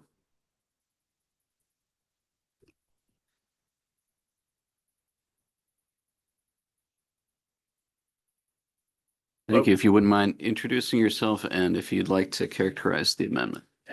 Yes, my name is Director Luke Monahan. I'm the Director of the Paid Family Medical Leave Bureau for the Department of Labor. And I think, as was covered, the amendment was put forward as a compromise after hearing from stakeholders, both in the public hearing and conversations afterwards about what the group is intending to do. And I think there's some interest that they don't necessarily need or want to form a private group trust anymore, but are just looking to form a buying group and to come together as a group to approach third-party administrators of benefits, but also bond companies to get a discount for individual plans, which we believe is still in compliance with the law, and individual bonds, but approach as a group. So we are clarifying that the pooling of funds for administrative costs are allowable, but the department maintains that the pooling of risk among multiple employers is prohibited for the reasons I talked about in the last public hearing. Any other information you'd like to provide to us? No, we think it's a fair kind of compromise of what we heard from the public hearing and what the group is hoping to do. We think it threads the needles with our concerns and allowing them the flexibility to approach TPAs and bond companies as a group to get individual discounts on individual plans. And it's your understanding that those seeking to create those kinds of plans are in agreement with this amendment? I can't speak for them. Okay, but in your conversations? But that's what they expressed to us and what they're looking to do. Okay. At least now that. We can check on that. But Yep. I just want on record that is your understanding. Are there questions from committee members? Representative Rader. In that same section that I referenced, the department may allow multiple employers. Do you have any objection to turning that to a shall? I don't think so. I mean, I think that might be a question for the commissioner later, but I think our intention was to keep some flexibility in rulemaking, but I don't see an issue with shall now. Okay, thank you. Senator Bradstreet. Yes, thank you. Thank you, Director Monahan. I'm kind of curious why you would want to prohibit pooling when it's an opportunity for businesses to save some costs on what they're doing here. And that's, at least that's what they've been testifying. And boy, anytime you can save money, isn't that not a good thing? There's more of it, funds available for other benefits that those employers might have. Yeah, and as I covered in my prior testimony, it's saving money of individual businesses at the cost of everybody left in the state pool. Those are funds that are coming out of the state fund that inherently going to be put on the small businesses, the employers that are less than 15, who are the ones that are more apt to stay in the state pool.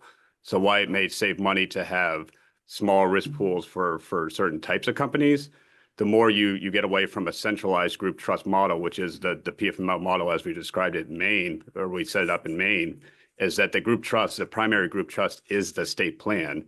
And if you allow for secondary segmented private sector group trusts, private group trusts like there is in workers' compensation, you're going to eat away at that primary group trust model, which is going to increase costs for the state plan on the backs primarily of small businesses less than 15 and their workers.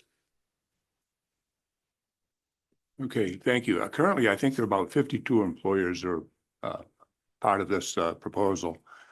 And yet, how many thousands of businesses are there in the state? Are you concerned that the small group could have an overreaching effect on the rest of the employers in the state? I have concerns that it would grow. So in workers' compensation, and I think BOI could speak to this, I think the special management risk pool represents about a third of the market. There's 18 separate group trusts, not just one.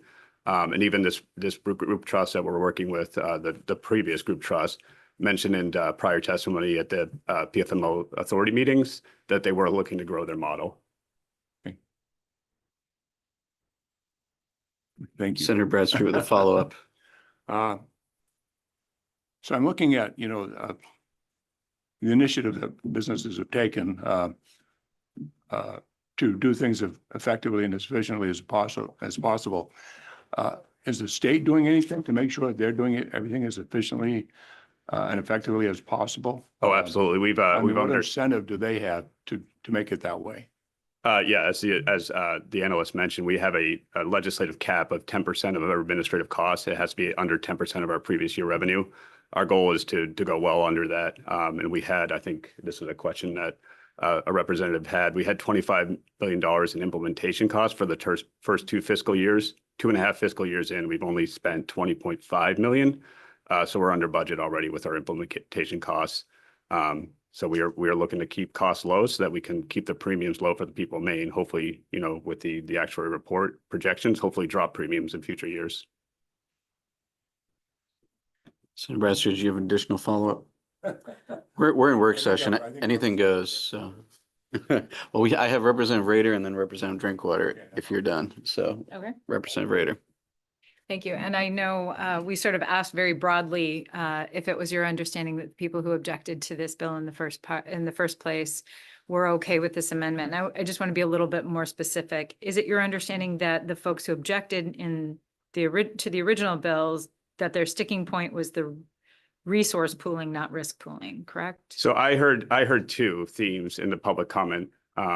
Originally, I heard certain populations, the employers saying that risk pools were fine, it was flexibility. I heard the authority, the administrators representing the group buying authority saying they were just looking to come up with a group buying arrangement.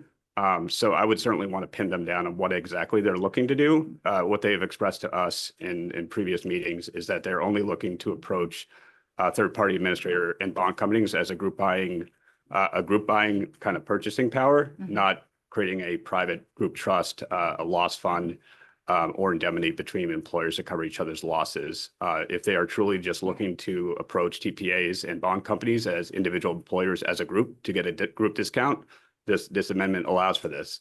If they are looking to start a private group trust, that's a different discussion that I think is incongruent with previous testimony and discussions with us. And if I may just briefly follow up, I feel like there was a little bit of confusion during the public hearing in terms of our understanding the risk pooling versus the resource pooling.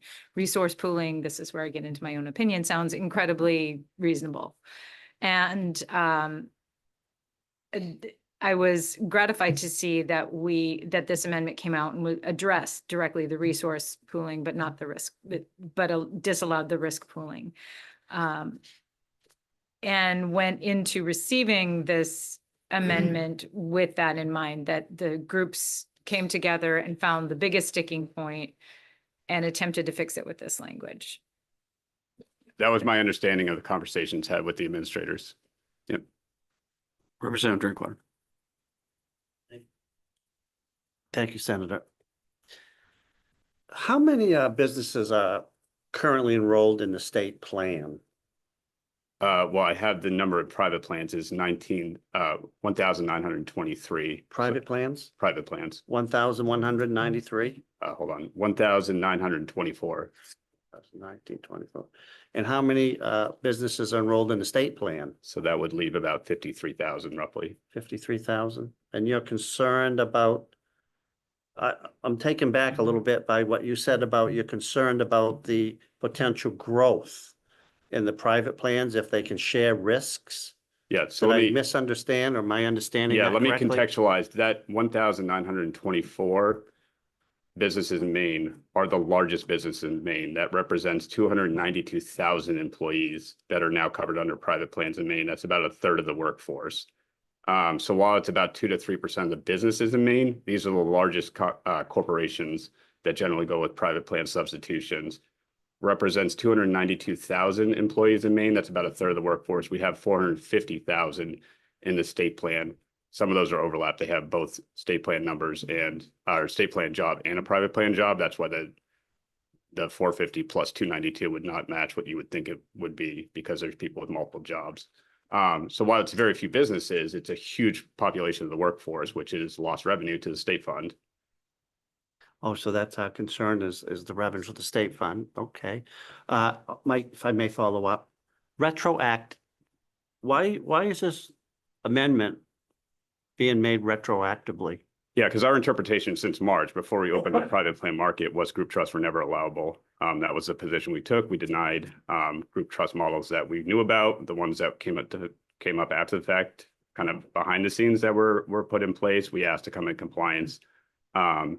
So we don't want to create a two-tier system where there was a group of people who applied against our interpretation back then who now need to rush and put in an application before this amendment takes effect. We want to make sure we're treating everyone the same in terms of our initial interpretation and clarification through this bill that group trusts are not allowable. Thank you. Senator Bradstreet, did you have an additional question there? Yes, thanks. So your concern is not with those people who are in a trust who seek to be or not able to pay the benefits. Oh, that's part of my concern as well. I certainly worry about the group trust model failing, and the state plan needing to subsume those claims. I worry about the protections for the workers in the group trust. But I think the bigger issue here is if you have too much fragmentation of the risk pool model in which Maine was built off of, where the primary group trust is the state plan, and you're allowing for a private sector mandate, basically like New York, and you don't have the state plan funded as an employer of last resort, your state plan is going to be prohibitively expensive for everybody left in it. The people left in it are going to be your small businesses that can least afford it.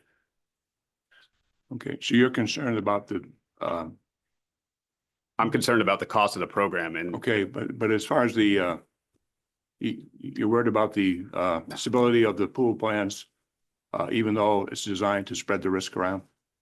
Well, the state plan is the largest risk pool that we have with the most protections.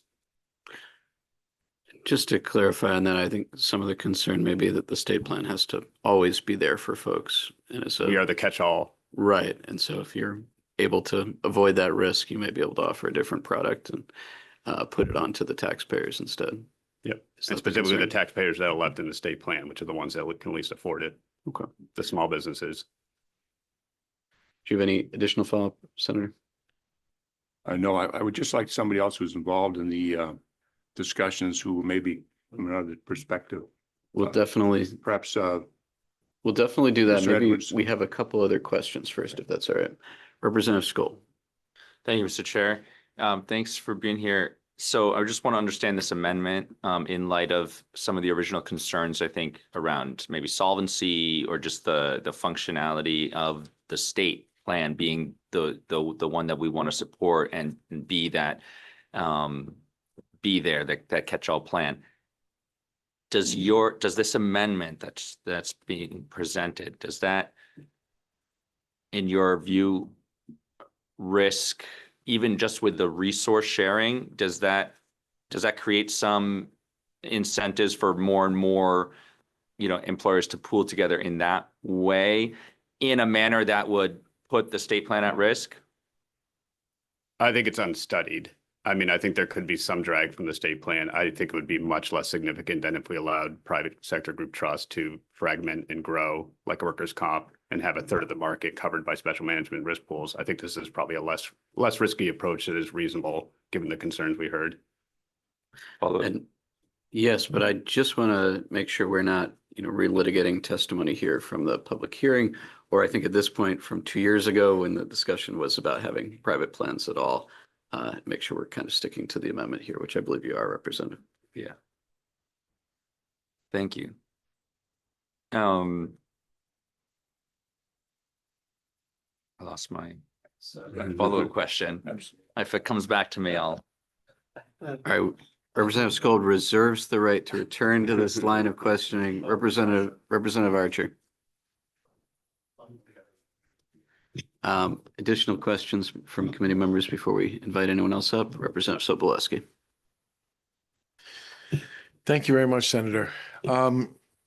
The revenue, we've heard about revenue quite a bit since I've sat back down. Sorry, I've been in another committee. Are you convinced that the program's going to be solvent?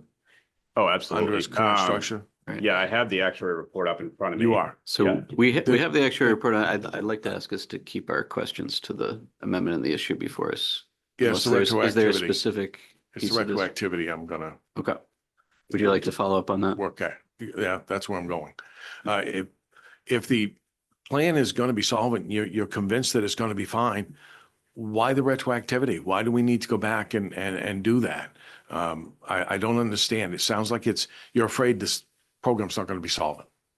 It's solvent as it's designed now with our interpretation as it was before April when the private plans opened. We put out our clarifications in March that group trusts were not allowable. The actuary study was based on the premise that group trust markets and special management risk pools are not allowable. All the assumptions that we've studied are based on our original interpretation before private plans opened, that special management risk pools, which are not mentioned in statute and which are not regulated like in workers' compensation, are not part of the model. If you want to look at changing the program model, I would recommend you study that first.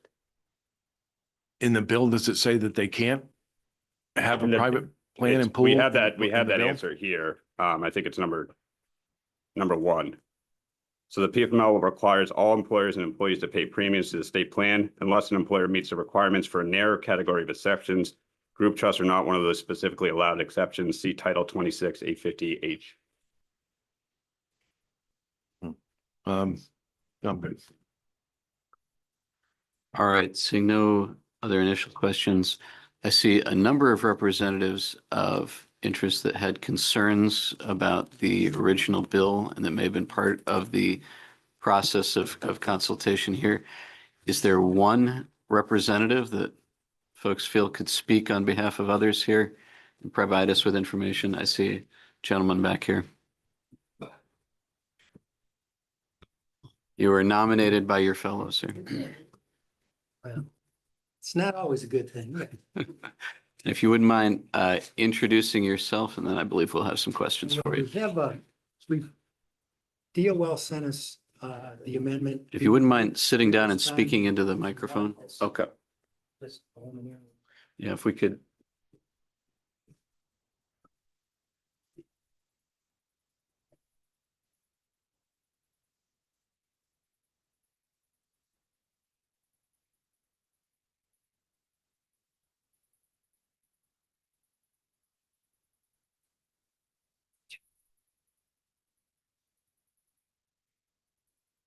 All right, we have it in front of us. And would you mind introducing yourself and My describing name is what we're Joe looking at? Edwards. I'm an attorney representing a group of now 47 employers who are working together to provide the PFML benefit. And were you part of the conversations with the Department of Labor on this? I was. All right. And do you have objections, or could you confirm that the amendment as written solves your objections here? Well, objections might be a little strong. I think after listening to Director Monahan, to a great extent, we're in agreement, but I think there is there are issues about the technical meanings of some of the terms that make their draft, the amendment that's been introduced by DOL problematic in only a few areas. And I guess if I could highlight those, I think that would be the best use of the committee's time. And number one, the employer must furnish the bond to the state with a surety company authorized. That's just fine. Number two, with the change of may to shall, that's just fine. Number three, no, excuse me, number two is the pooling. We'll come back to that. Number three, where may to shall is fine. So the department shall allow multiple employers, but such arrangements may not result in a pooling of risk. And 2 has the pooling of risk, and 3 has the pooling of risk, and G has the pooling of risk. And so just before we proceed on there, under what was 3 and is relabeled 2 under your version of this, right, there's additional red language added at the end. You're saying that that would not be necessary if we're changing it to shall. No, it would, because that really goes to the question of pooling. Okay. And the question of pooling of risk. And our objection to that isn't technically the pooling of risk, if that's technically defined in a limited context. And that's what's come out of discussion this afternoon.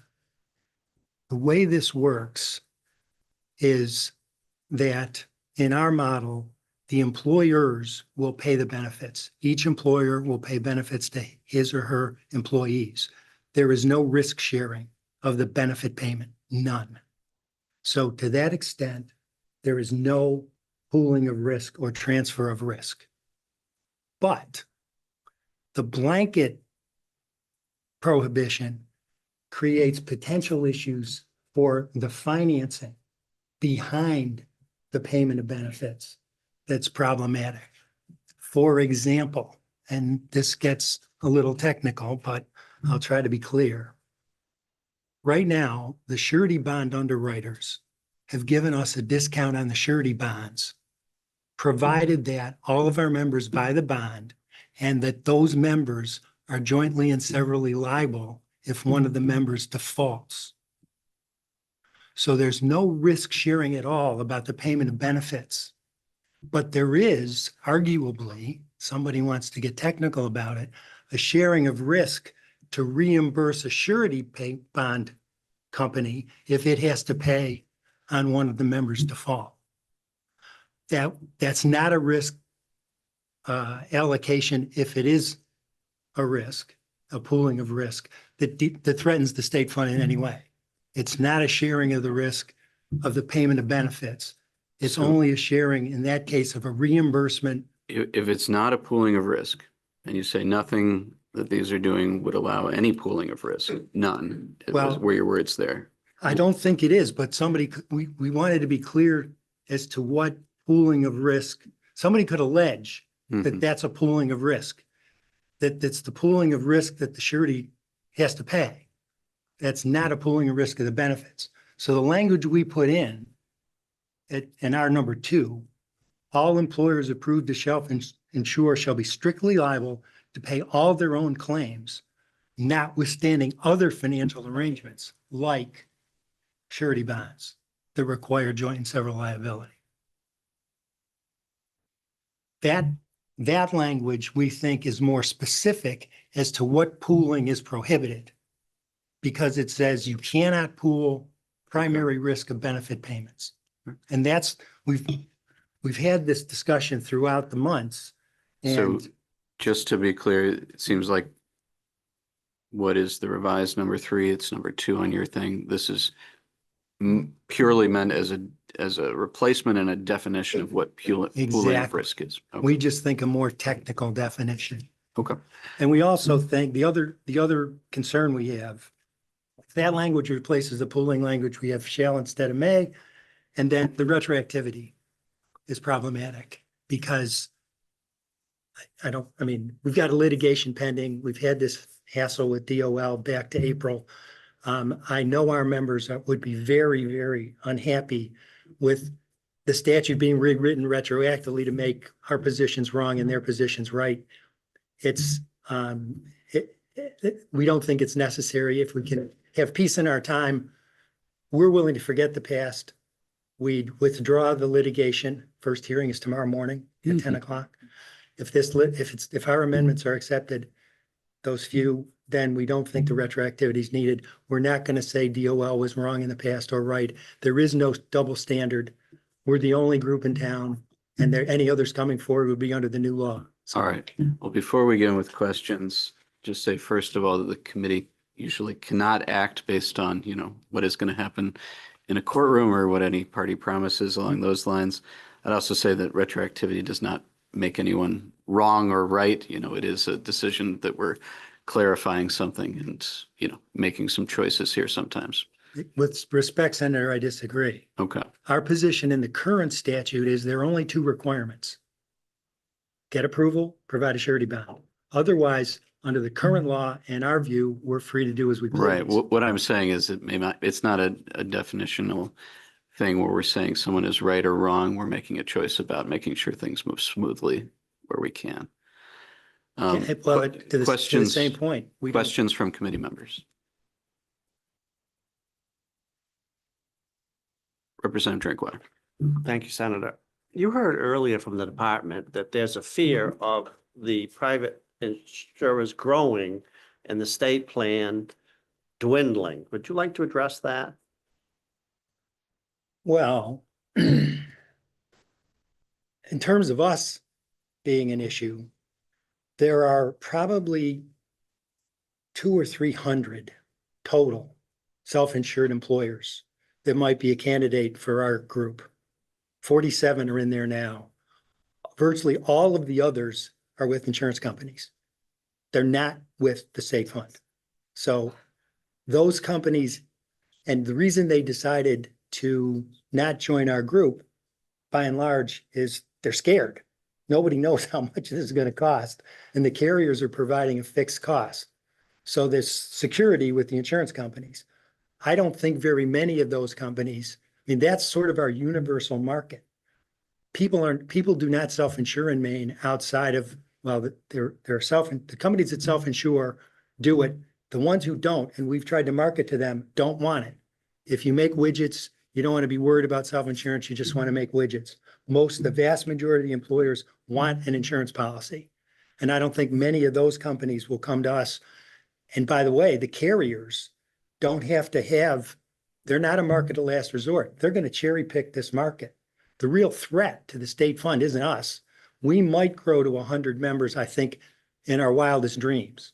I don't think we'll get to more, because the other thing about the 200 is most of them are the big ones that the director mentioned that are already individually self-insured, the BIWs and the Hannafords and the LL Beans. They're not going to be joining this. We're a middle market group, Robbins Lumber, Hancock Lumber, Hutchins Trucking, those sorts. So I don't think we can possibly be a threat to the state fund, given our numbers and our expectations. We don't have the staff, we don't have the bandwidth. The carriers are a serious threat. And I think that's really an issue. And we've tried to discuss that with DOL. We offered some suggestions, which they apparently have rejected, but we think that's really the issue. The carriers, the things that the pooling of risk, for example, that's objected to with us, the carriers are doing, it's exactly what they do. That's exactly what they do. They're going to have exactly the profile that the director is concerned about. And they've got a lot more money, and there are a lot more of them. And every one of their agents is going to be out looking for low utilization companies in the state fund to write an insurance company. That's the problem. And I think it's a serious one. I think that's a very good point, that pooling of risk is exactly what a private plan is doing in that case. Well, the carriers are doing it. Exactly, in the carrier case. And yet, I mean, we've said we won't. Well, and let me ask you on that, just under this definition that you've put forward for this pooling of risk, would there be any ability for a business member of this pooled group to be dropped if they have a high level of claims, or would there be any incentive to do that?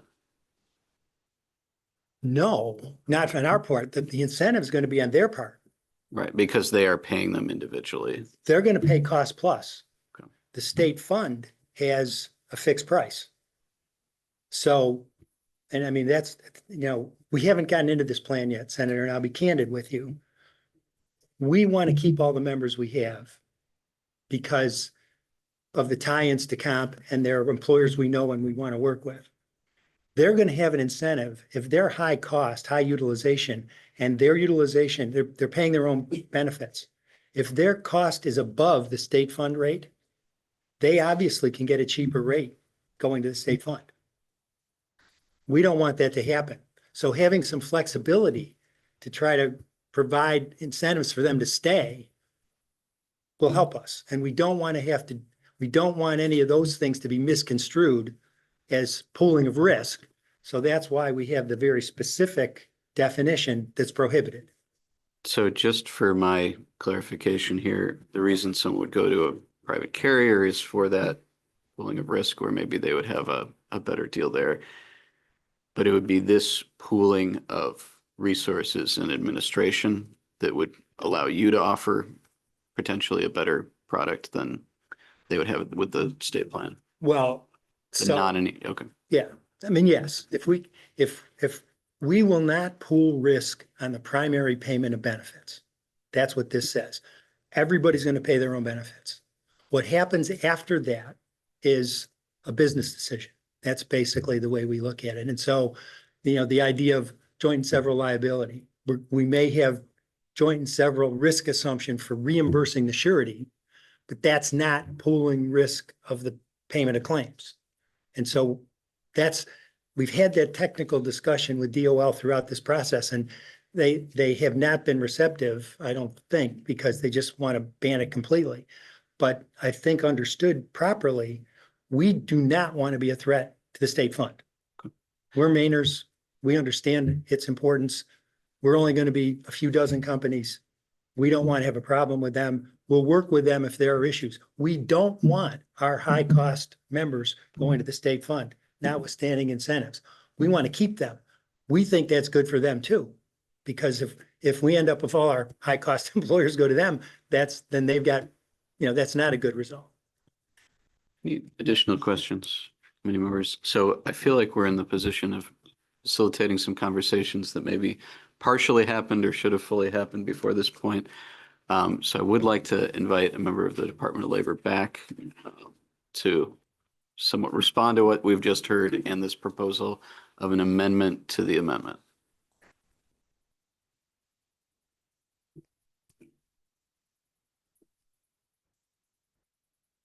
welcome back. Thank you. You've heard that conversation and you've seen the redlined version of this. Yeah, we reviewed the red lines. We are not in favor of that language. That is inconsistent with what they told the commissioner in the meeting. It's inconsistent, I think, with their prior public comment. It raises concerns listening to that about background financial agreements, because originally when this model came to our attention and we asked the administrators for documents, I have an email from Joe Edwards back in May in which he sent me documents of the declaration of the group trust and the loss fund that was separate from the group trust that they were looking to set up, where employers would pay into a loss fund that would then bail out individual employers, and they indemnified each other. When one employer went under, they would indemnify each other with a loss fund so that they didn't have to collect on the bond. That is essentially a group trust behind the scenes, unregulated. So I have concerns with how they wrote the language. We are more comfortable with our language. All right, well, setting aside what anyone may have said at any point and talking here specifically about the language and the practical effects of what's written, maybe we can start with an easier one. You said the retroactivity piece that you had included was to make sure that everyone was on level playing field from the start. Yep. Is there any practical effect that you could see that would be detrimental if we removed the retroactivity provision? I think it would open us up to a whole bunch of lawsuits of employers that could try to put in for the next 90 days before the amendment takes effect, that would go back on prior decisions we made about denials to group trusts. We told previous law firms that asked us, are group trusts allowable? We said no, and they never formed one on their own. I think we're opening ourselves up to litigation. Okay. I guess I'm not entirely understanding that if we're making these changes and these prohibitions, what is opening us up to litigation at that point? Well, because we have these previous employers who applied under on contestation of how we had interpreted.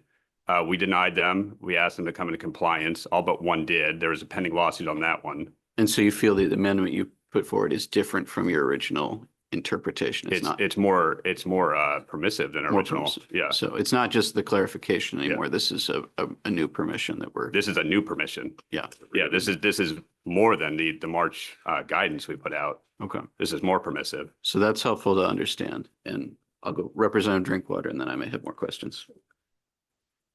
Would you agree that after hearing Joe, that they've changed their position on your fear that you had? I hope so, but it's incongruent with the testimony I heard. What I that's thought the commissioner and them agreed to is not what I just heard in the testimony. But you would agree that what was said in March has changed in now? Well, I think even the point that they're worried about their current members getting a deal in the state fund is telling. Like, the state fund is the primary group trust. If group trusts are allowable and they're offering discounts because they're less regulated, and the state plan is more affordable, and that's where all the group pooling should be to keep costs down for everybody, I think that was a telling comment.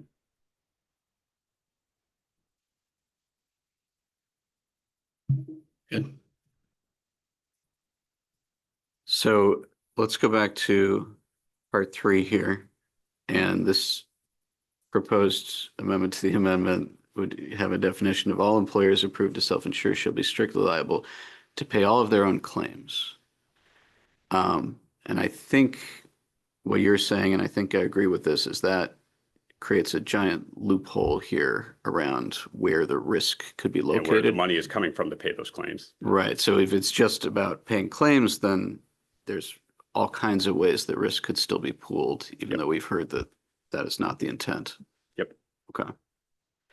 Any other things you'd like to say about that section? No, the only other piece I'll add is in email communications they had with the commissioner, they thought that the prohibition on risk pooling was unnecessary but not harmful is what I understood the email to be. So if it's unnecessary and unharmful, let us keep the original language that we're proposing then.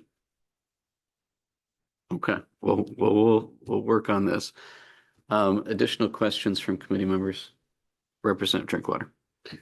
I heard you talk about we could open up for potential lawsuits if this is not enacted.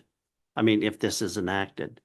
Would you agree that if we put an emergency preamble on this, that would prevent that? I worry about the ones that we already said no to. And your note said that you cannot, You cannot do a group, you cannot do a and private that group was trust. based upon a memo that you had put out on It's questions based and on our answers. interpretation, yeah. Thank you. And so just to clarify on that, we passed your amendment, it would be allowing all of these group administrative and other pooling there that other people in the past that were denied maybe would have gone with some kind of similar thing if they'd known about it. You're worrying they could litigate. I'm worried that we explicitly told at least one other law firm that was not working with this collection of employers, no, you can't do private group trusts. And they took our no and they didn't apply. Okay. So at this point, I guess I'd like to ask our analyst, Steve, if you have any thoughts on, there seems to be some conflicts on how some of the language here is interpreted. If you have any thoughts on how that retroactivity would be applied, because I'm not sure that us making a change to be more lenient would change how things would have been, interpreted in the past here. I don't have any thoughts on that particular, and I just got this red line version, but I don't have any thoughts on the retroactivity provision. Okay. Any other readings of the language on which we should be careful here as a committee?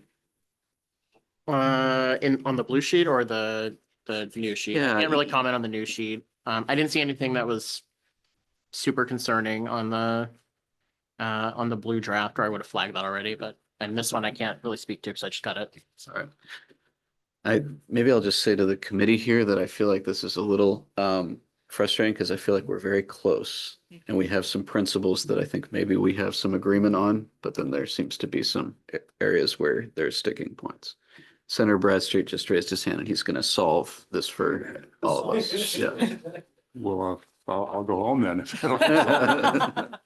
I'm just wondering if, this is a pretty complicated situation. I wonder if somebody from the insurance commission might be able to help clarify some of this. So we would bring somebody in from there at some point in time before we make a final decision on this, because I think it's important that we do that, make as much clarity as possible.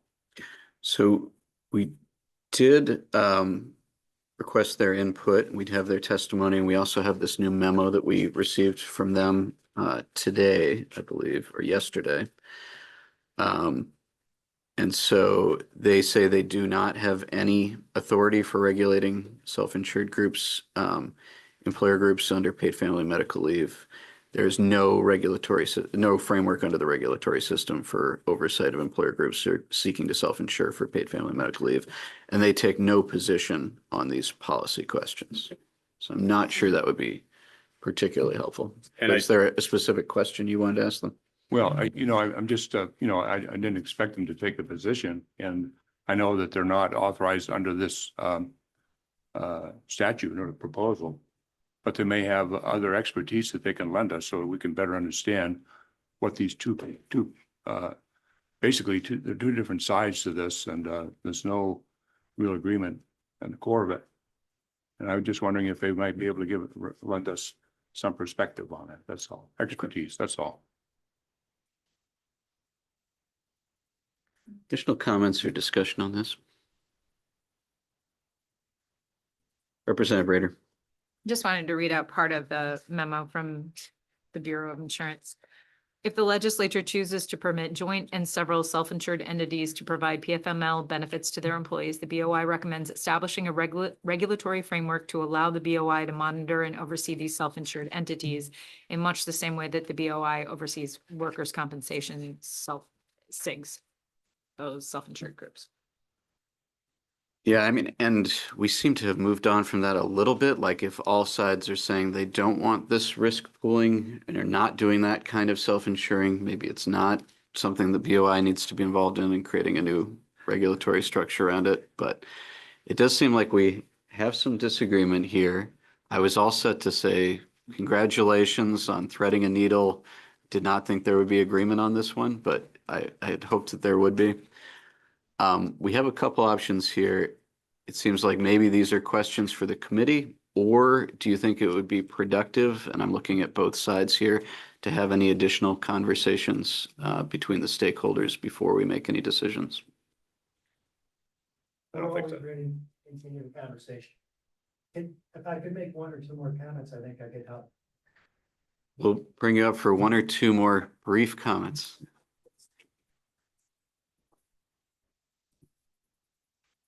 Apologies for the rotating chairs to both of you here. Just two things. The reason the Bureau doesn't regulate this is that it's not insurance. It's not insurance. And the benefits will be paid when this is like paying sick days or vacation pay. The employer is going to pay for the time off out of their own revenue. So there's no insurance. And just lost my thought on the second point, which is important. Oh, the trust, the group trust. This is an example of how we've been talking past each other with DOL. In workers' compensation, the trusts are group self-insurance trusts. Group self-insurance trusts. So when people say group trust, they usually are thinking insurance trusts. You can have a trust, you can set up a trust for your kids. That's not an insurance trust. It's just a vehicle for managing money. And so the trust, when we set up a trust originally, the director's right. Our original plan was to collect money and reimburse benefits. When DOL said we couldn't do that, we stopped. We agreed. No way. Well, we won't do that. But we could keep the trust. The trust just is a vehicle for parking money and paying bills. It's not an insurance trust. And so it's been a terminology issue that we've struggled with them because they say, you know, you can't have a group trust. Well, you can have a group trust to handle money. You can't have a group insurance trust, which we don't want. And we've agreed not to have. No insurance for the initial benefits, but a trust is the vehicle to collect money and pay bills. And maybe finally off that, if you could just stay with us for a moment. Wanted to be brief. I know we appreciate it. I mean, earlier you were very emphatic. You're saying I think the words were, we do not want to pull risk, none Right. of On the that. benefit payment. Understand that.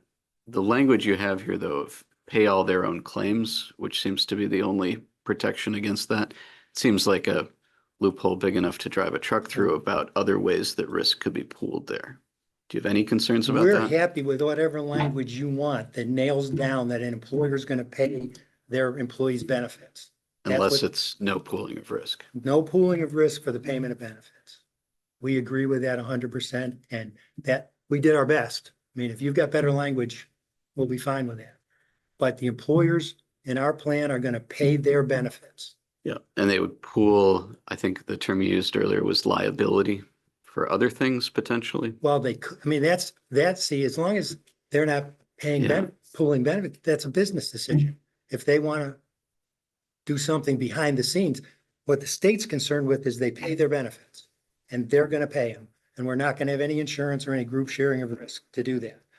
How they run that business, that they take out an escrow account or a mortgage or a loan, or two of them go into a loan together. I mean, those are business decisions behind the scenes that we think might facilitate making this more effective for them and saving money, but does not present any threat to the state and is really just a way we can have some flexibility to keep the members involved in the trust and not go to the state if they're high cost. I mean, our low cost members are never going to leave. We're going to have a lower cost overhead, I'm pretty sure, than both the states and the carriers. So cost plus for the low cost, low utilization members is going to be a great deal. And they're going to stay. What the weird thing here is we're trying to find ways to help keep our high cost members from being dumped into the state, and they're fighting us. Yeah, just the whole PFML system is about the payment of claims. That is what we're doing here. Yeah. So I guess I don't understand any pooling of risk behind the scenes, or as you termed it, or liability. That all redounds in effect on the payment of claims and the practice of the program, doesn't it? Well, the claims get paid first. Right. Let's say somebody's afraid that they're going to have a high run of claims for whatever reason. They can go out and buy reinsurance. They could go to a carrier and say, the state's charging 1%. I'm going to pay my claims, but I'm in business. I don't want to pay more than 1.5. Mhm. I'll pay you, what's the premium for you to pick up my claims above 1.5? All right. Last question. I know you were trying to be brief and I appreciate Well, that. I'm here for you, but If we pass the amendment as written by the Department of Labor, would you still go forward with the plan for this group enterprise? we'll have to wait and see the final language, but certainly our members would want to. Okay. It increase, I don't think many or any of our members will go to the state fund. If we can't proceed with this, they'll go to carriers. Appreciate your time. Any other questions from committee members? All right, thank you. Any final thoughts on this one? Any moves to table by any chance or any other? Figured I'd check. Representative Drinkwater. Yeah, I think the tabling would be too soon. I think we should do our own caucuses. But what I'm noticing though is that there seems to be some I'm gonna call it a fight between the department and this group. And we're just sitting here as arbitrators trying to say, where can we meet in the middle here? And I think what I've heard from the group is that all they're concerned about is sharing some costs on surety bonds and maybe some administration, and all the employers will pay their own claims for the paid family medical leave. So I think it's too early to talk about tabling. Let's do some caucus and then we can come back and talk about if that's appropriate. Okay. We have one more bill before us for work session. I believe this is Sophie Patton's.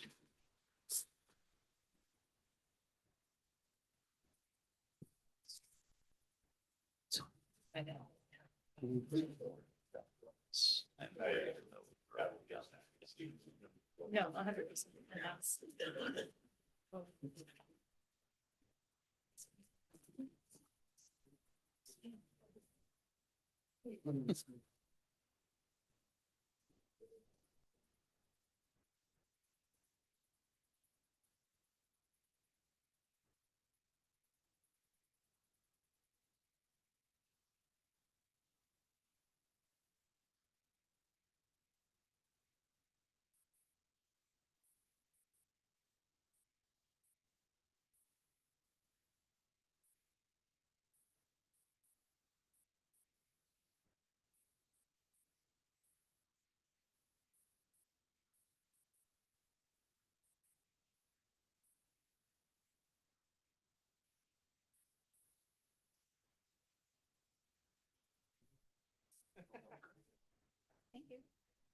Welcome, and we are ready when you are.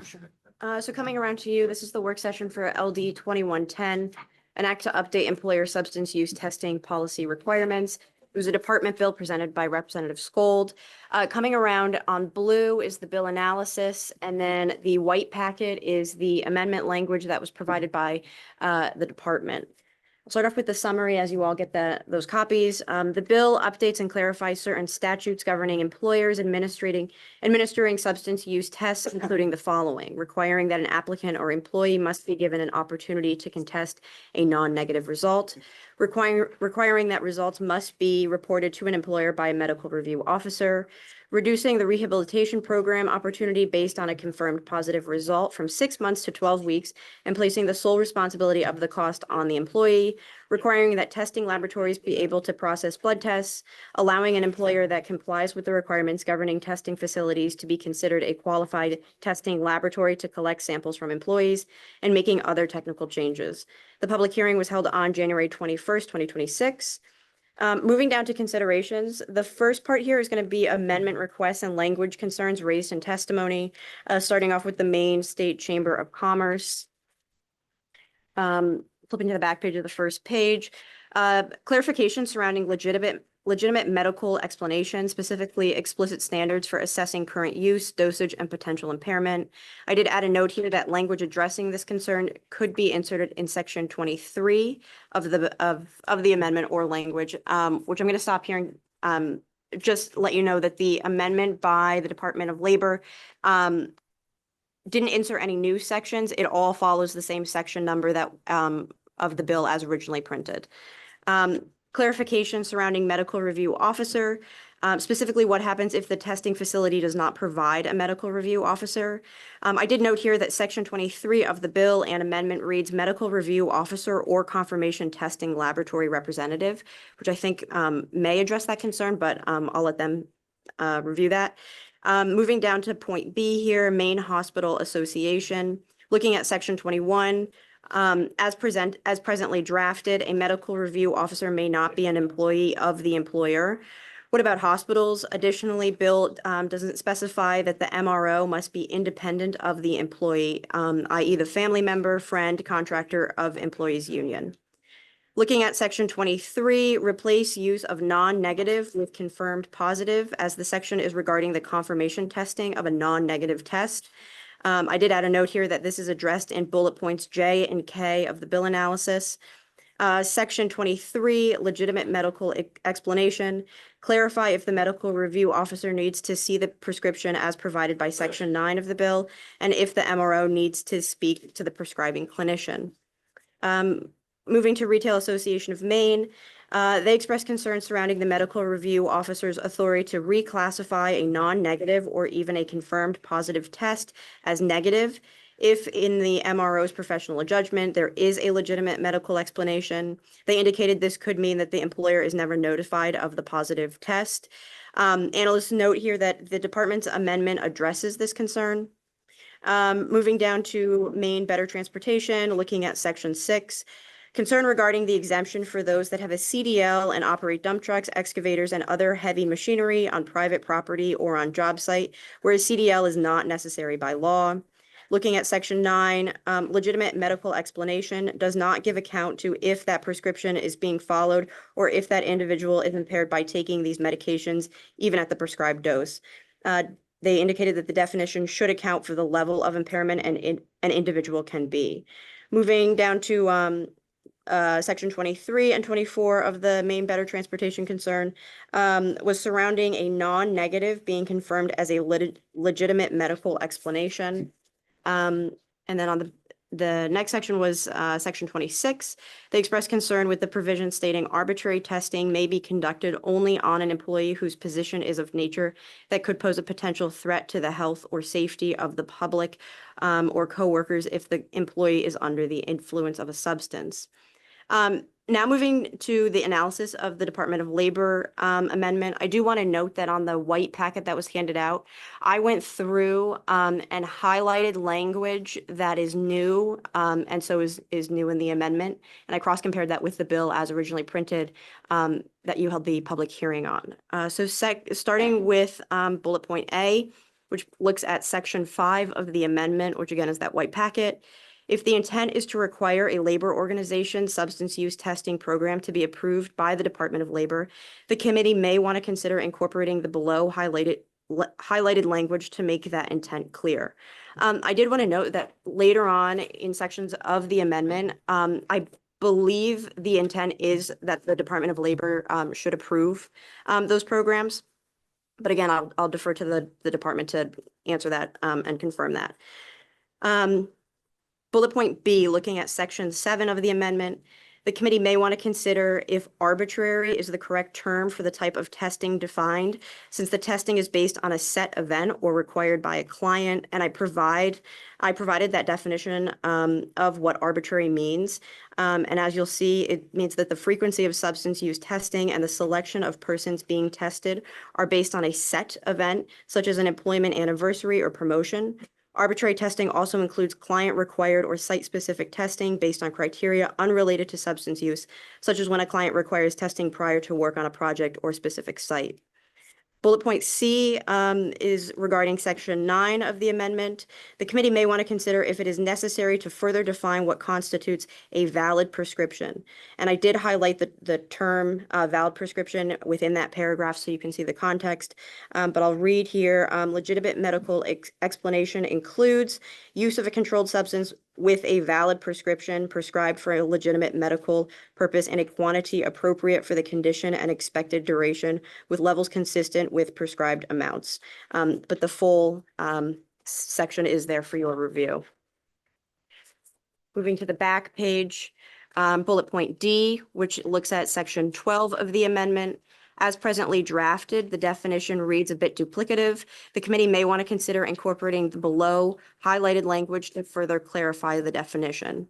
So I'll read that through right now, which is observable behavior means physical, behavioral, or psychological signs that can be seen, heard, smelled, or otherwise observed that provide a reasonable suspicion that an employee is impaired by substance use.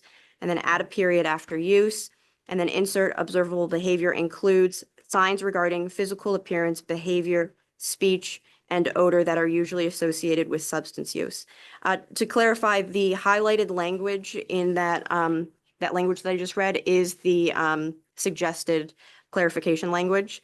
Additionally, the committee may want to consider if the above use of and should be an or, and I have bolded the and in question for reference purposes. So it does read regarding physical appearance, behavior, speech, and odor. I wonder if that should be an or. Moving to bullet point E. So looking at section 9 and section 26 of the amendment, in these sections, there is a reference to random testing in addition to arbitrary testing. The committee may want to consider the following. What is random testing and how does it differ from arbitrary testing? And to further elaborate on that, as I discussed earlier, arbitrary testing is defined in the amendment, but random testing is not defined in the amendment or in the section of law in which this language would live. Moving down to bullet point F, section 16, as presently drafted, the proposed addition of, quote, an opportunity to review, end quote, to section 683, subsection 3, could be interpreted to mean that at the time of a substance use test, an employer only needs to provide an employee with the opportunity to review the written policies and not be given a copy. The committee may want to consider if this is okay as written. And I have highlighted the portion of section 683, subsection 3 for reference. So if we look down at the highlighted language here, it says if an employer intends to test an applicant, the employer shall provide the applicant with an opportunity to review a copy of the written policy under subsection 2 before administering a substance use test to the applicant. Moving to bullet point G, which looks at section 17 of the amendment, the proposed changes to section 683, subsection 5, paragraph B, strikes the language that stipulates the licensed healthcare worker taking the blood sample must be certified by the Department of Health and Human Services. And I've provided the excerpt there, and it's highlighted for reference. With the proposed language striking the Department of Health and Human Services from this section, the committee may want to consider if it needs to be specified who does the certification, if not DHHS. Additionally, I did want to note that the language as it currently exists in law matches other similar areas of statute that name DHHS as the certifying agency. Moving to bullet point H, looking at section 19. As presently drafted, the limitations of an employer surrounding the administration of a substance use test seem unclear. The first sentence states an employer may not perform any substance use test administered to any of the employer's employees. The following sentence, which is proposed new language, provides an employer may collect a sample from any of that employer's employees if the employer's facilities comply with the requirements for collecting samples under this subsection. Presumably, the employer is collecting a sample via a substance use test, which as defined in the bill and in the amendment is as any test procedure designed to take and analyze body fluids or materials from the body for the purpose of detecting the presence of substances. See section 14 of the amendment for the full definition of substance use test. As such, the committee may want to consider clarifying this language. Possible amendment language the committee could consider incorporating is provided below and is highlighted. So that language would read, An employer may not perform any substance use test administered to any of that employer's employees unless the employer's facilities comply with the requirements for collecting samples under this subsection. Moving to bullet point I, which looks at section 21 of the amendment. The amendment offers a new definition for medical review officer. The amendment language as presently drafted, see below, provides the medical review officer shall act independently in carrying out any testing reviews or recommendations. The committee may want to consider if it is clear what the recommendations are or if the inclusion of recommendations is necessary. And for reference purposes, I did highlight the term recommendations. So the final sentence reads, the medical review officer shall act independently in carrying out any testing reviews or recommendations. Moving to bullet point J, which looks at section 22 of the amendment. The committee may want to consider the following changes to the language provided in Division A of Section 683, subsection 8, paragraph A, subparagraph 2. Since, quote, non-negative legitimate medical explanation, end quote, is not defined and is not a recognized test result under the bill. Instead, the term legitimate medical explanation is an explanation for a test result. Additionally, in this context, the test result, non-negative, should be confirmed positive, as the section is regarding the results of a confirmation test, and non-negative is used for a screening test. Possible amendment language is provided below, which reads, unless the employment or applicant consents, a test result may not be reported in numerical or quantitative form, but must state only that the test result was positive, confirmed positive with a legitimate medical explanation, or negative. The division does not apply if the test or test result becomes the subject of any grievance procedure, administrative proceeding, or civil action. Moving to bullet point K, which looks at section 23. For the same reason as provided above, the use of non-negative legitimate medical explanation should be amended to read confirmed positive with a legitimate medical explanation. And I provided the amendment language. It says below, but it's actually on the next page. Looking at bullet point L, which looks at section 27 of the amendment, in addition to the use of arbitrary testing and random testing throughout the amendment, section 683 subsection 5 includes one unannounced subsequent substance use test. See language below, and I've highlighted where unannounced appears. For clarity purposes, the committee may want to consider defining and differentiating between random testing, unannounced testing, and random testing and unannounced testing, or changing unannounced as highlighted below to random if it is determined unannounced and random testing are the same thing. I did want to note that I have not been able, nowhere in the bill is it indicated what that difference is. So to determine what the difference is, if any, I would direct questions to the Department of Labor, who probably can answer that for you. Moving to bullet point M, which looks at section 35 of the amendment, the committee may want to consider incorporating the below highlighted amendment language to clarify the discontinuation of approved substance use testing policy is dependent upon the Department of Labor. So I provided some language here, which would read, an employer shall notify the department in writing if the employer it strikes, chooses, and replaces it with intends to discontinue an approved substance use testing policy. The notice must include the anticipated effective date of the discontinuation. That's just something to consider there. And then on the last page, for fiscal information, at this time, the preliminary fiscal information has not yet been determined. Well, first of all, thank you for reviewing this with such a fine-tooth comb here, and providing in almost all cases, not just with areas that need to be clarified, but as suggestions of language. That's very helpful. I had a couple of questions about some specifics there, but maybe first, have you provided any of this analysis to the Bureau of Labor Standards or the department? Not ahead of time, no. Okay. So this would be the first time they're hearing it. So they're getting it at the same time here? Yes. And do you have a copy of the blue sheet here? All right. So maybe first, just on part B, under arbitrary, is there other wording that you would recommend instead here? There is a reason there is no suggestion with that one. I want to hear from the department because perhaps there is a reason why arbitrary was chosen. I only flagged this because in my reading of it, the use of set event kind of contradicts the term for arbitrary and what arbitrary means. But perhaps the department has reasoning for that. I mean, I know that was looking at their bill description originally, that was what they had put in for arbitrary. They were distinguishing it from random by clarifying it was based on a set event. So might be most useful rather than me going through all these with you to have them comment if they can. But before we do that, are there questions from committee members? Representative Skoll. Thank you, Mr. Chair. So I think it's J.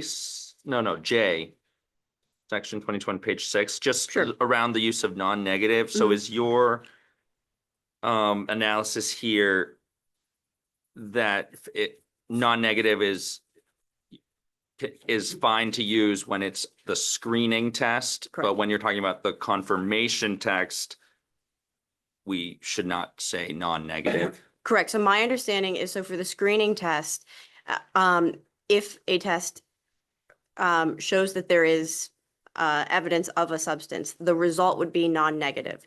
It then goes to the confirmation test, which provides it's either a positive or a confirmed positive. Confirmed positive, or and then that's allows for the opportunity for the individual to provide a legitimate medical explanation. Okay. Yeah. Thank you.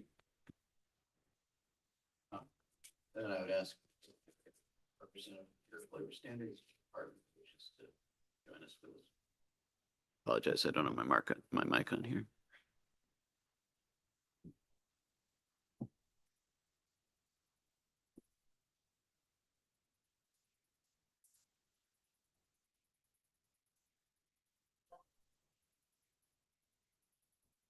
Welcome back.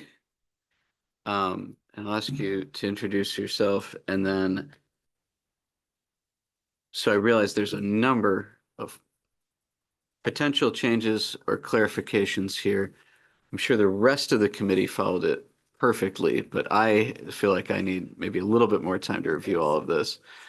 Can you say, are you in a position at this point to respond to all of this, or is this something that we should be spending a bit more time on? Thank you, Senator Tipping, Representative Rader, members of the committee. My name is Kate Burkhart. I am the Director of the Bureau of Labor Standards, and I am unprepared to speak to the additional amendments and suggestions and analysis provided today. Okay. I know the original bill had a stakeholder process as part of it. Let me ask you, has that continued, and do you have other changes or amendments based on that? Senator Tipping, the stakeholder process started in earnest on February 2nd after the public hearing in response to the questions and concerns raised by representatives from the various industries. Over the following 2 weeks, we had several meetings, both as a large group and some one-on-one meetings. Those meetings included representatives from both employers and workers. We included unions in those conversations. We worked through the language that is offered in the document marked DOL amendment together. And that was provided to the stakeholders on the 13th of February for final review and comment. And that is what was forwarded to the committee, is the results of that process. Okay, and so that's the amendment we have on the white. Yes, sir. And that's what all of these changes and clarifications are in reference to. Is it your understanding that those that had disagreements with the original bill are now in agreement with this amendment, or was there still some disagreement there? I prefaced that stakeholder process with the opportunity to participate in good faith without being bound to support the outcome.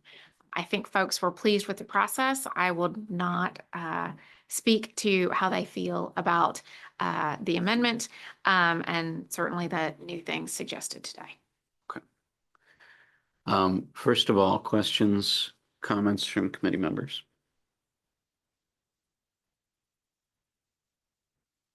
Okay. So I think I would, once again, we have a number of interests here that may have had concerns about this. Is there anyone that would like to be nominated in particular to speak to the stakeholder process or to the amendment before us? Seizing his chance.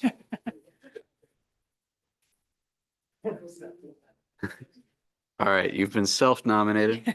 Welcome. If you could introduce yourself, and I don't also expect you to be able to go through the entire bill analysis and suggestions, but if you could characterize the amendment, that would be wonderful. Yeah, absolutely, Senator. I appreciate it. My name is Jake LaChance. I'm the Executive Director for the Maine Better Transportation Association.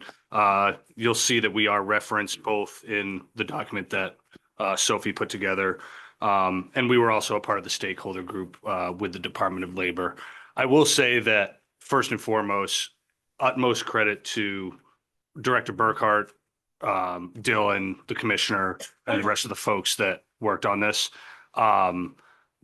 It was extensive, and it was something that, dare I say, it was an enjoyable process to be a part of. It was really well handled, and that's something that's definitely appreciated. I will say that a sole representative for all of the different associations and entities that weighed on this bill, given just the different nature of the comments that were made, probably wouldn't be appropriate. But I will say that in working with the department for the DOL amendment, that MBTA's concerns, we believe, have been met throughout that process. But I think it's a little bit different maybe than the last bill that we worked, where I think the concerns were a little bit more overarching for this scenario. So I'd like to hear from the committee here, but I feel like, I hate to table anything at this point. We're trying to get things done, but it seems like we should give a chance for all parties to take a look at this extensive analysis and suggestion of clarifications and changes, and also give a chance if there are others that maybe not feel the same or have particular sticking points here to provide that information to us in written form through our clerk and analyst. Does that work for this committee? Representative Rader?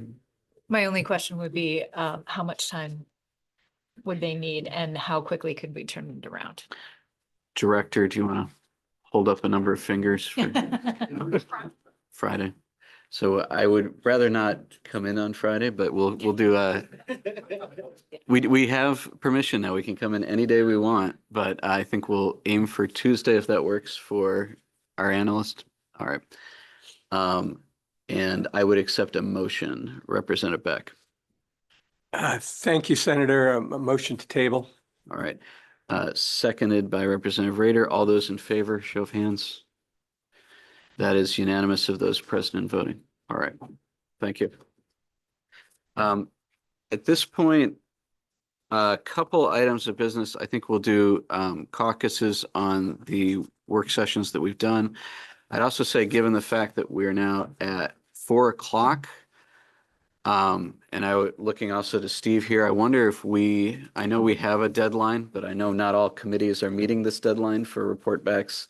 We also had a later meeting with them for AFA. So I wonder if where we have less work tomorrow, we might want to push the work session on the governor's proposed supplemental budget to tomorrow as well.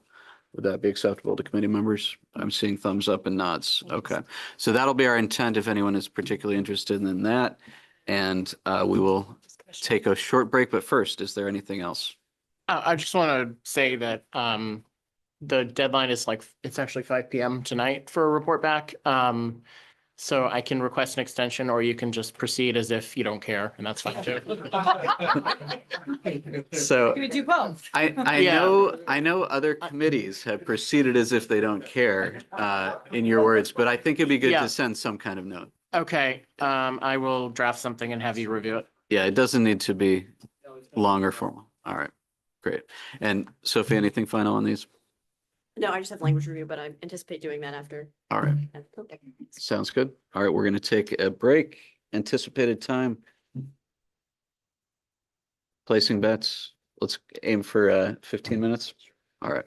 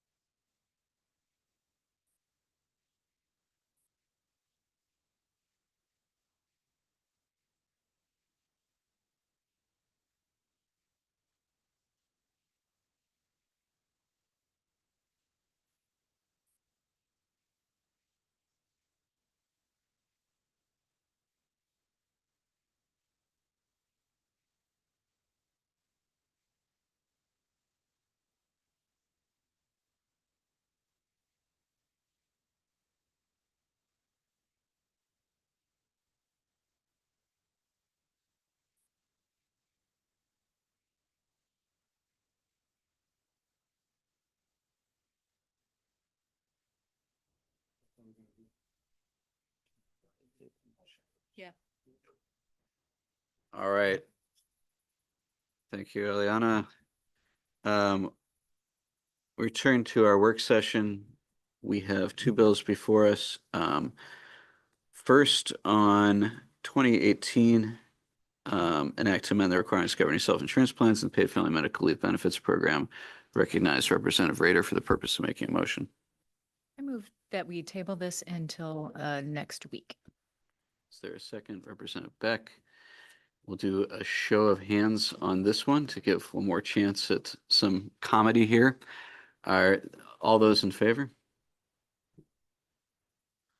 1, 2, 3, 4, 5, 6. All those opposed to tabling? 1, 2, 3, 4. Okay. So people want to get it done now, some of us, but we will table that for the moment. And that leaves us with 2089, an act to amend the law governing agricultural labor housing standards. The chair would recognize Representative Beck for the purpose of making a motion. Thank you, Mr. Chair. I move ought to pass on LD 2089. Is that ought to pass as amended with the DOL amendment? Yes, thank you. Second on that, Representative Rader seconds. Discussion on the motion.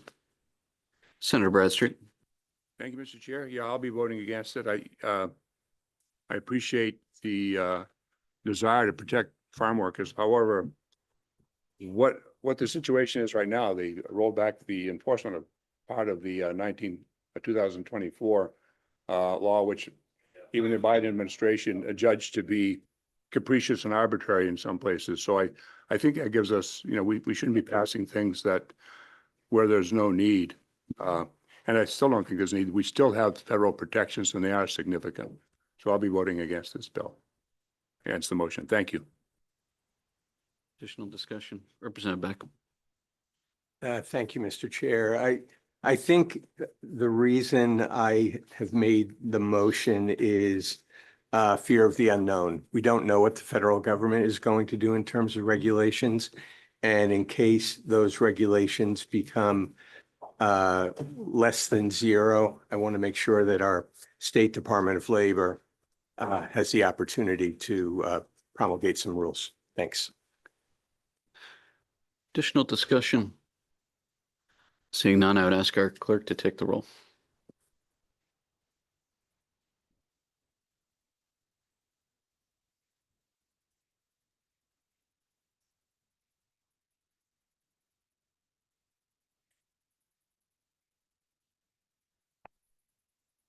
I have the motion ought to pass as amended, made by Rep. Beck and second by Rep. Rader.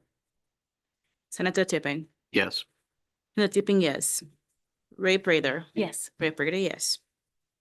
Rep. Archer. Aye. Rep. Archer, yes. Rep. Scold. Yes. Rep. Scold, yes. Senator Bradstreet. No. Senator Bradstreet, no. Rep. Drinkwater. No. Rep. Drinkwater, no. Rep. Beck. Yes. Rep. Beck, yes. Rep. Macias. Yes. Rep. Macias, yes. Rep. Collins. No. Rep. Collins, no. Rep. Sobolewski. No. Rep. Sobolewski, no. The minority? All right. And the minority report. Yeah, ought not to pass. Makes it easy. Panelists. Appreciate your consideration. Steve's time. All right. So I think that's the work sessions before us. And I know we have some language review.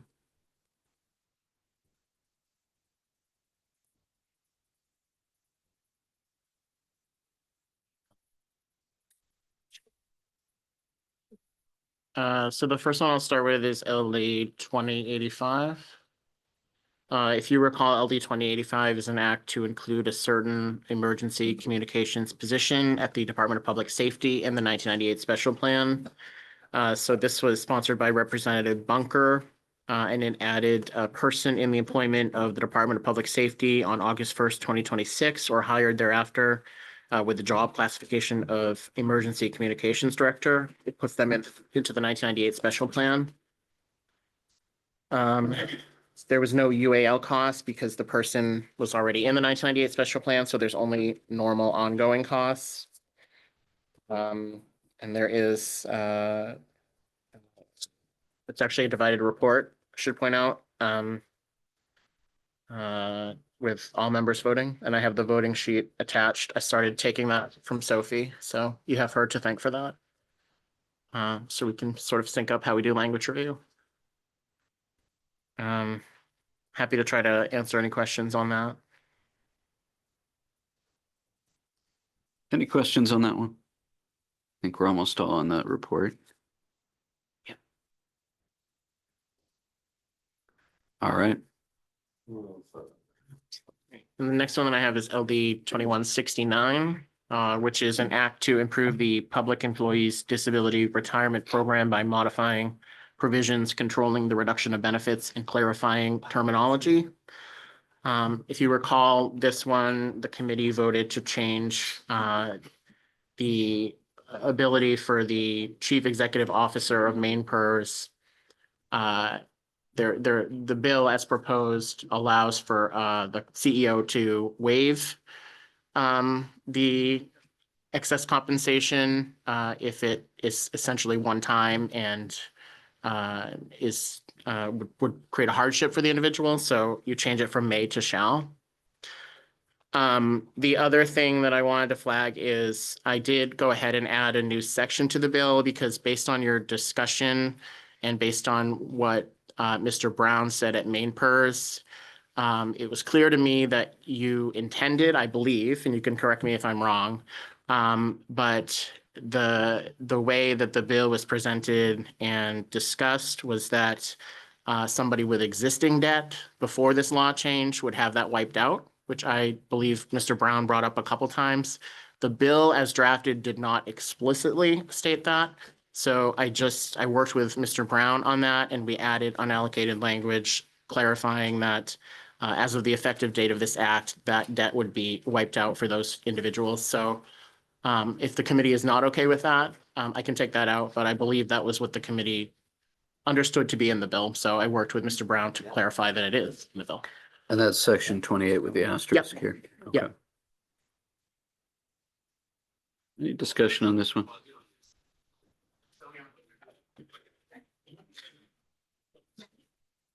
And this was also a divided report after members voted. Technically a divided report. Seeing no objections. Thank you for the language. Those look good. I can have those reported out. You should see them on the calendars. So the final language review is for LD 877, which was an act to require transportation network companies to provide fair wages to drivers. This was a concept draft. The amendment changes the title, which is now resolved to establish the commission to study the employment practices and operations of transportation network companies operating in the state. And it creates the commission to study the employment practices and operations of transportation network companies operating in the state. It requires the commission to submit a report of its findings and recommendations from the study to the Joint Standing Committee having jurisdiction over labor by November 4th, 2026.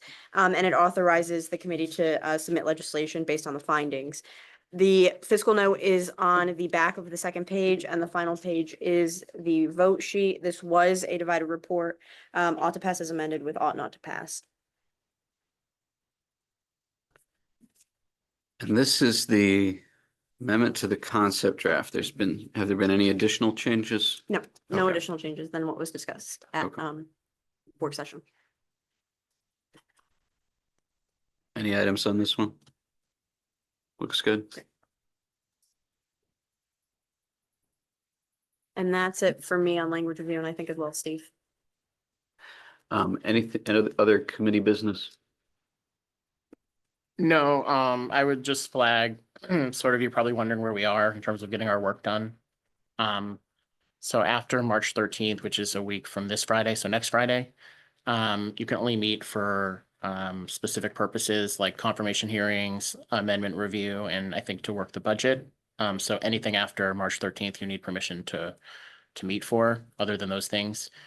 We have the two bills we heard today, the two bills we tabled today, and I think we have one or two concept drafts that are still kicking around perhaps, but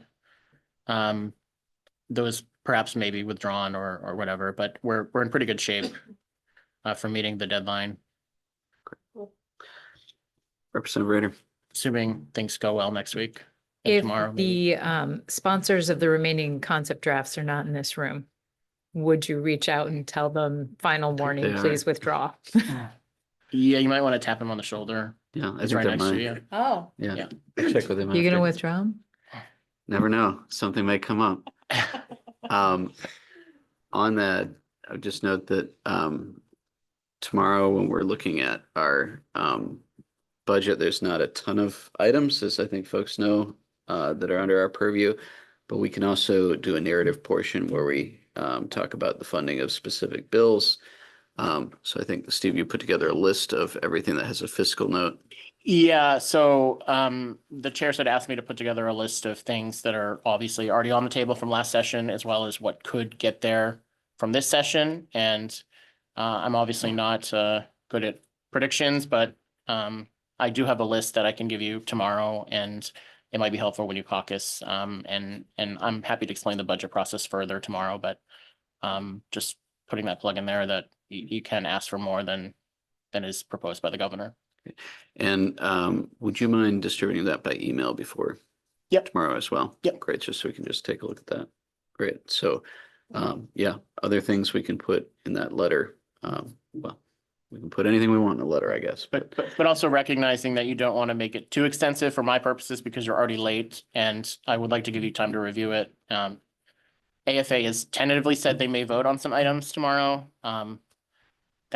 Take that as you will, but so in theory, they could beat you to voting some of the initiatives, but I'm not worried about it, so. Okay. I feel like they're waiting with bated breath for our recommendations. This in the tax committee, I'm sure. Yeah. Which is going on right now, so. Yeah. Any other items from our analysts? I think we've said enough. All right. Thank you for all your work today, Representative Drinkwine.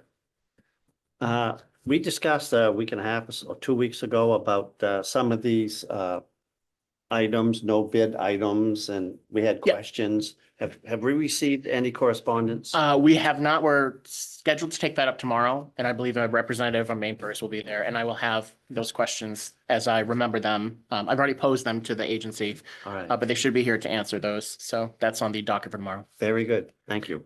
Representative Rader. Given the subject matter of my first bill today, I just wanted to send our condolences out to the families of the DOT workers who were killed or injured from the entire committee. I think we all agree on that one. All right. Any other committee business? All right. Thank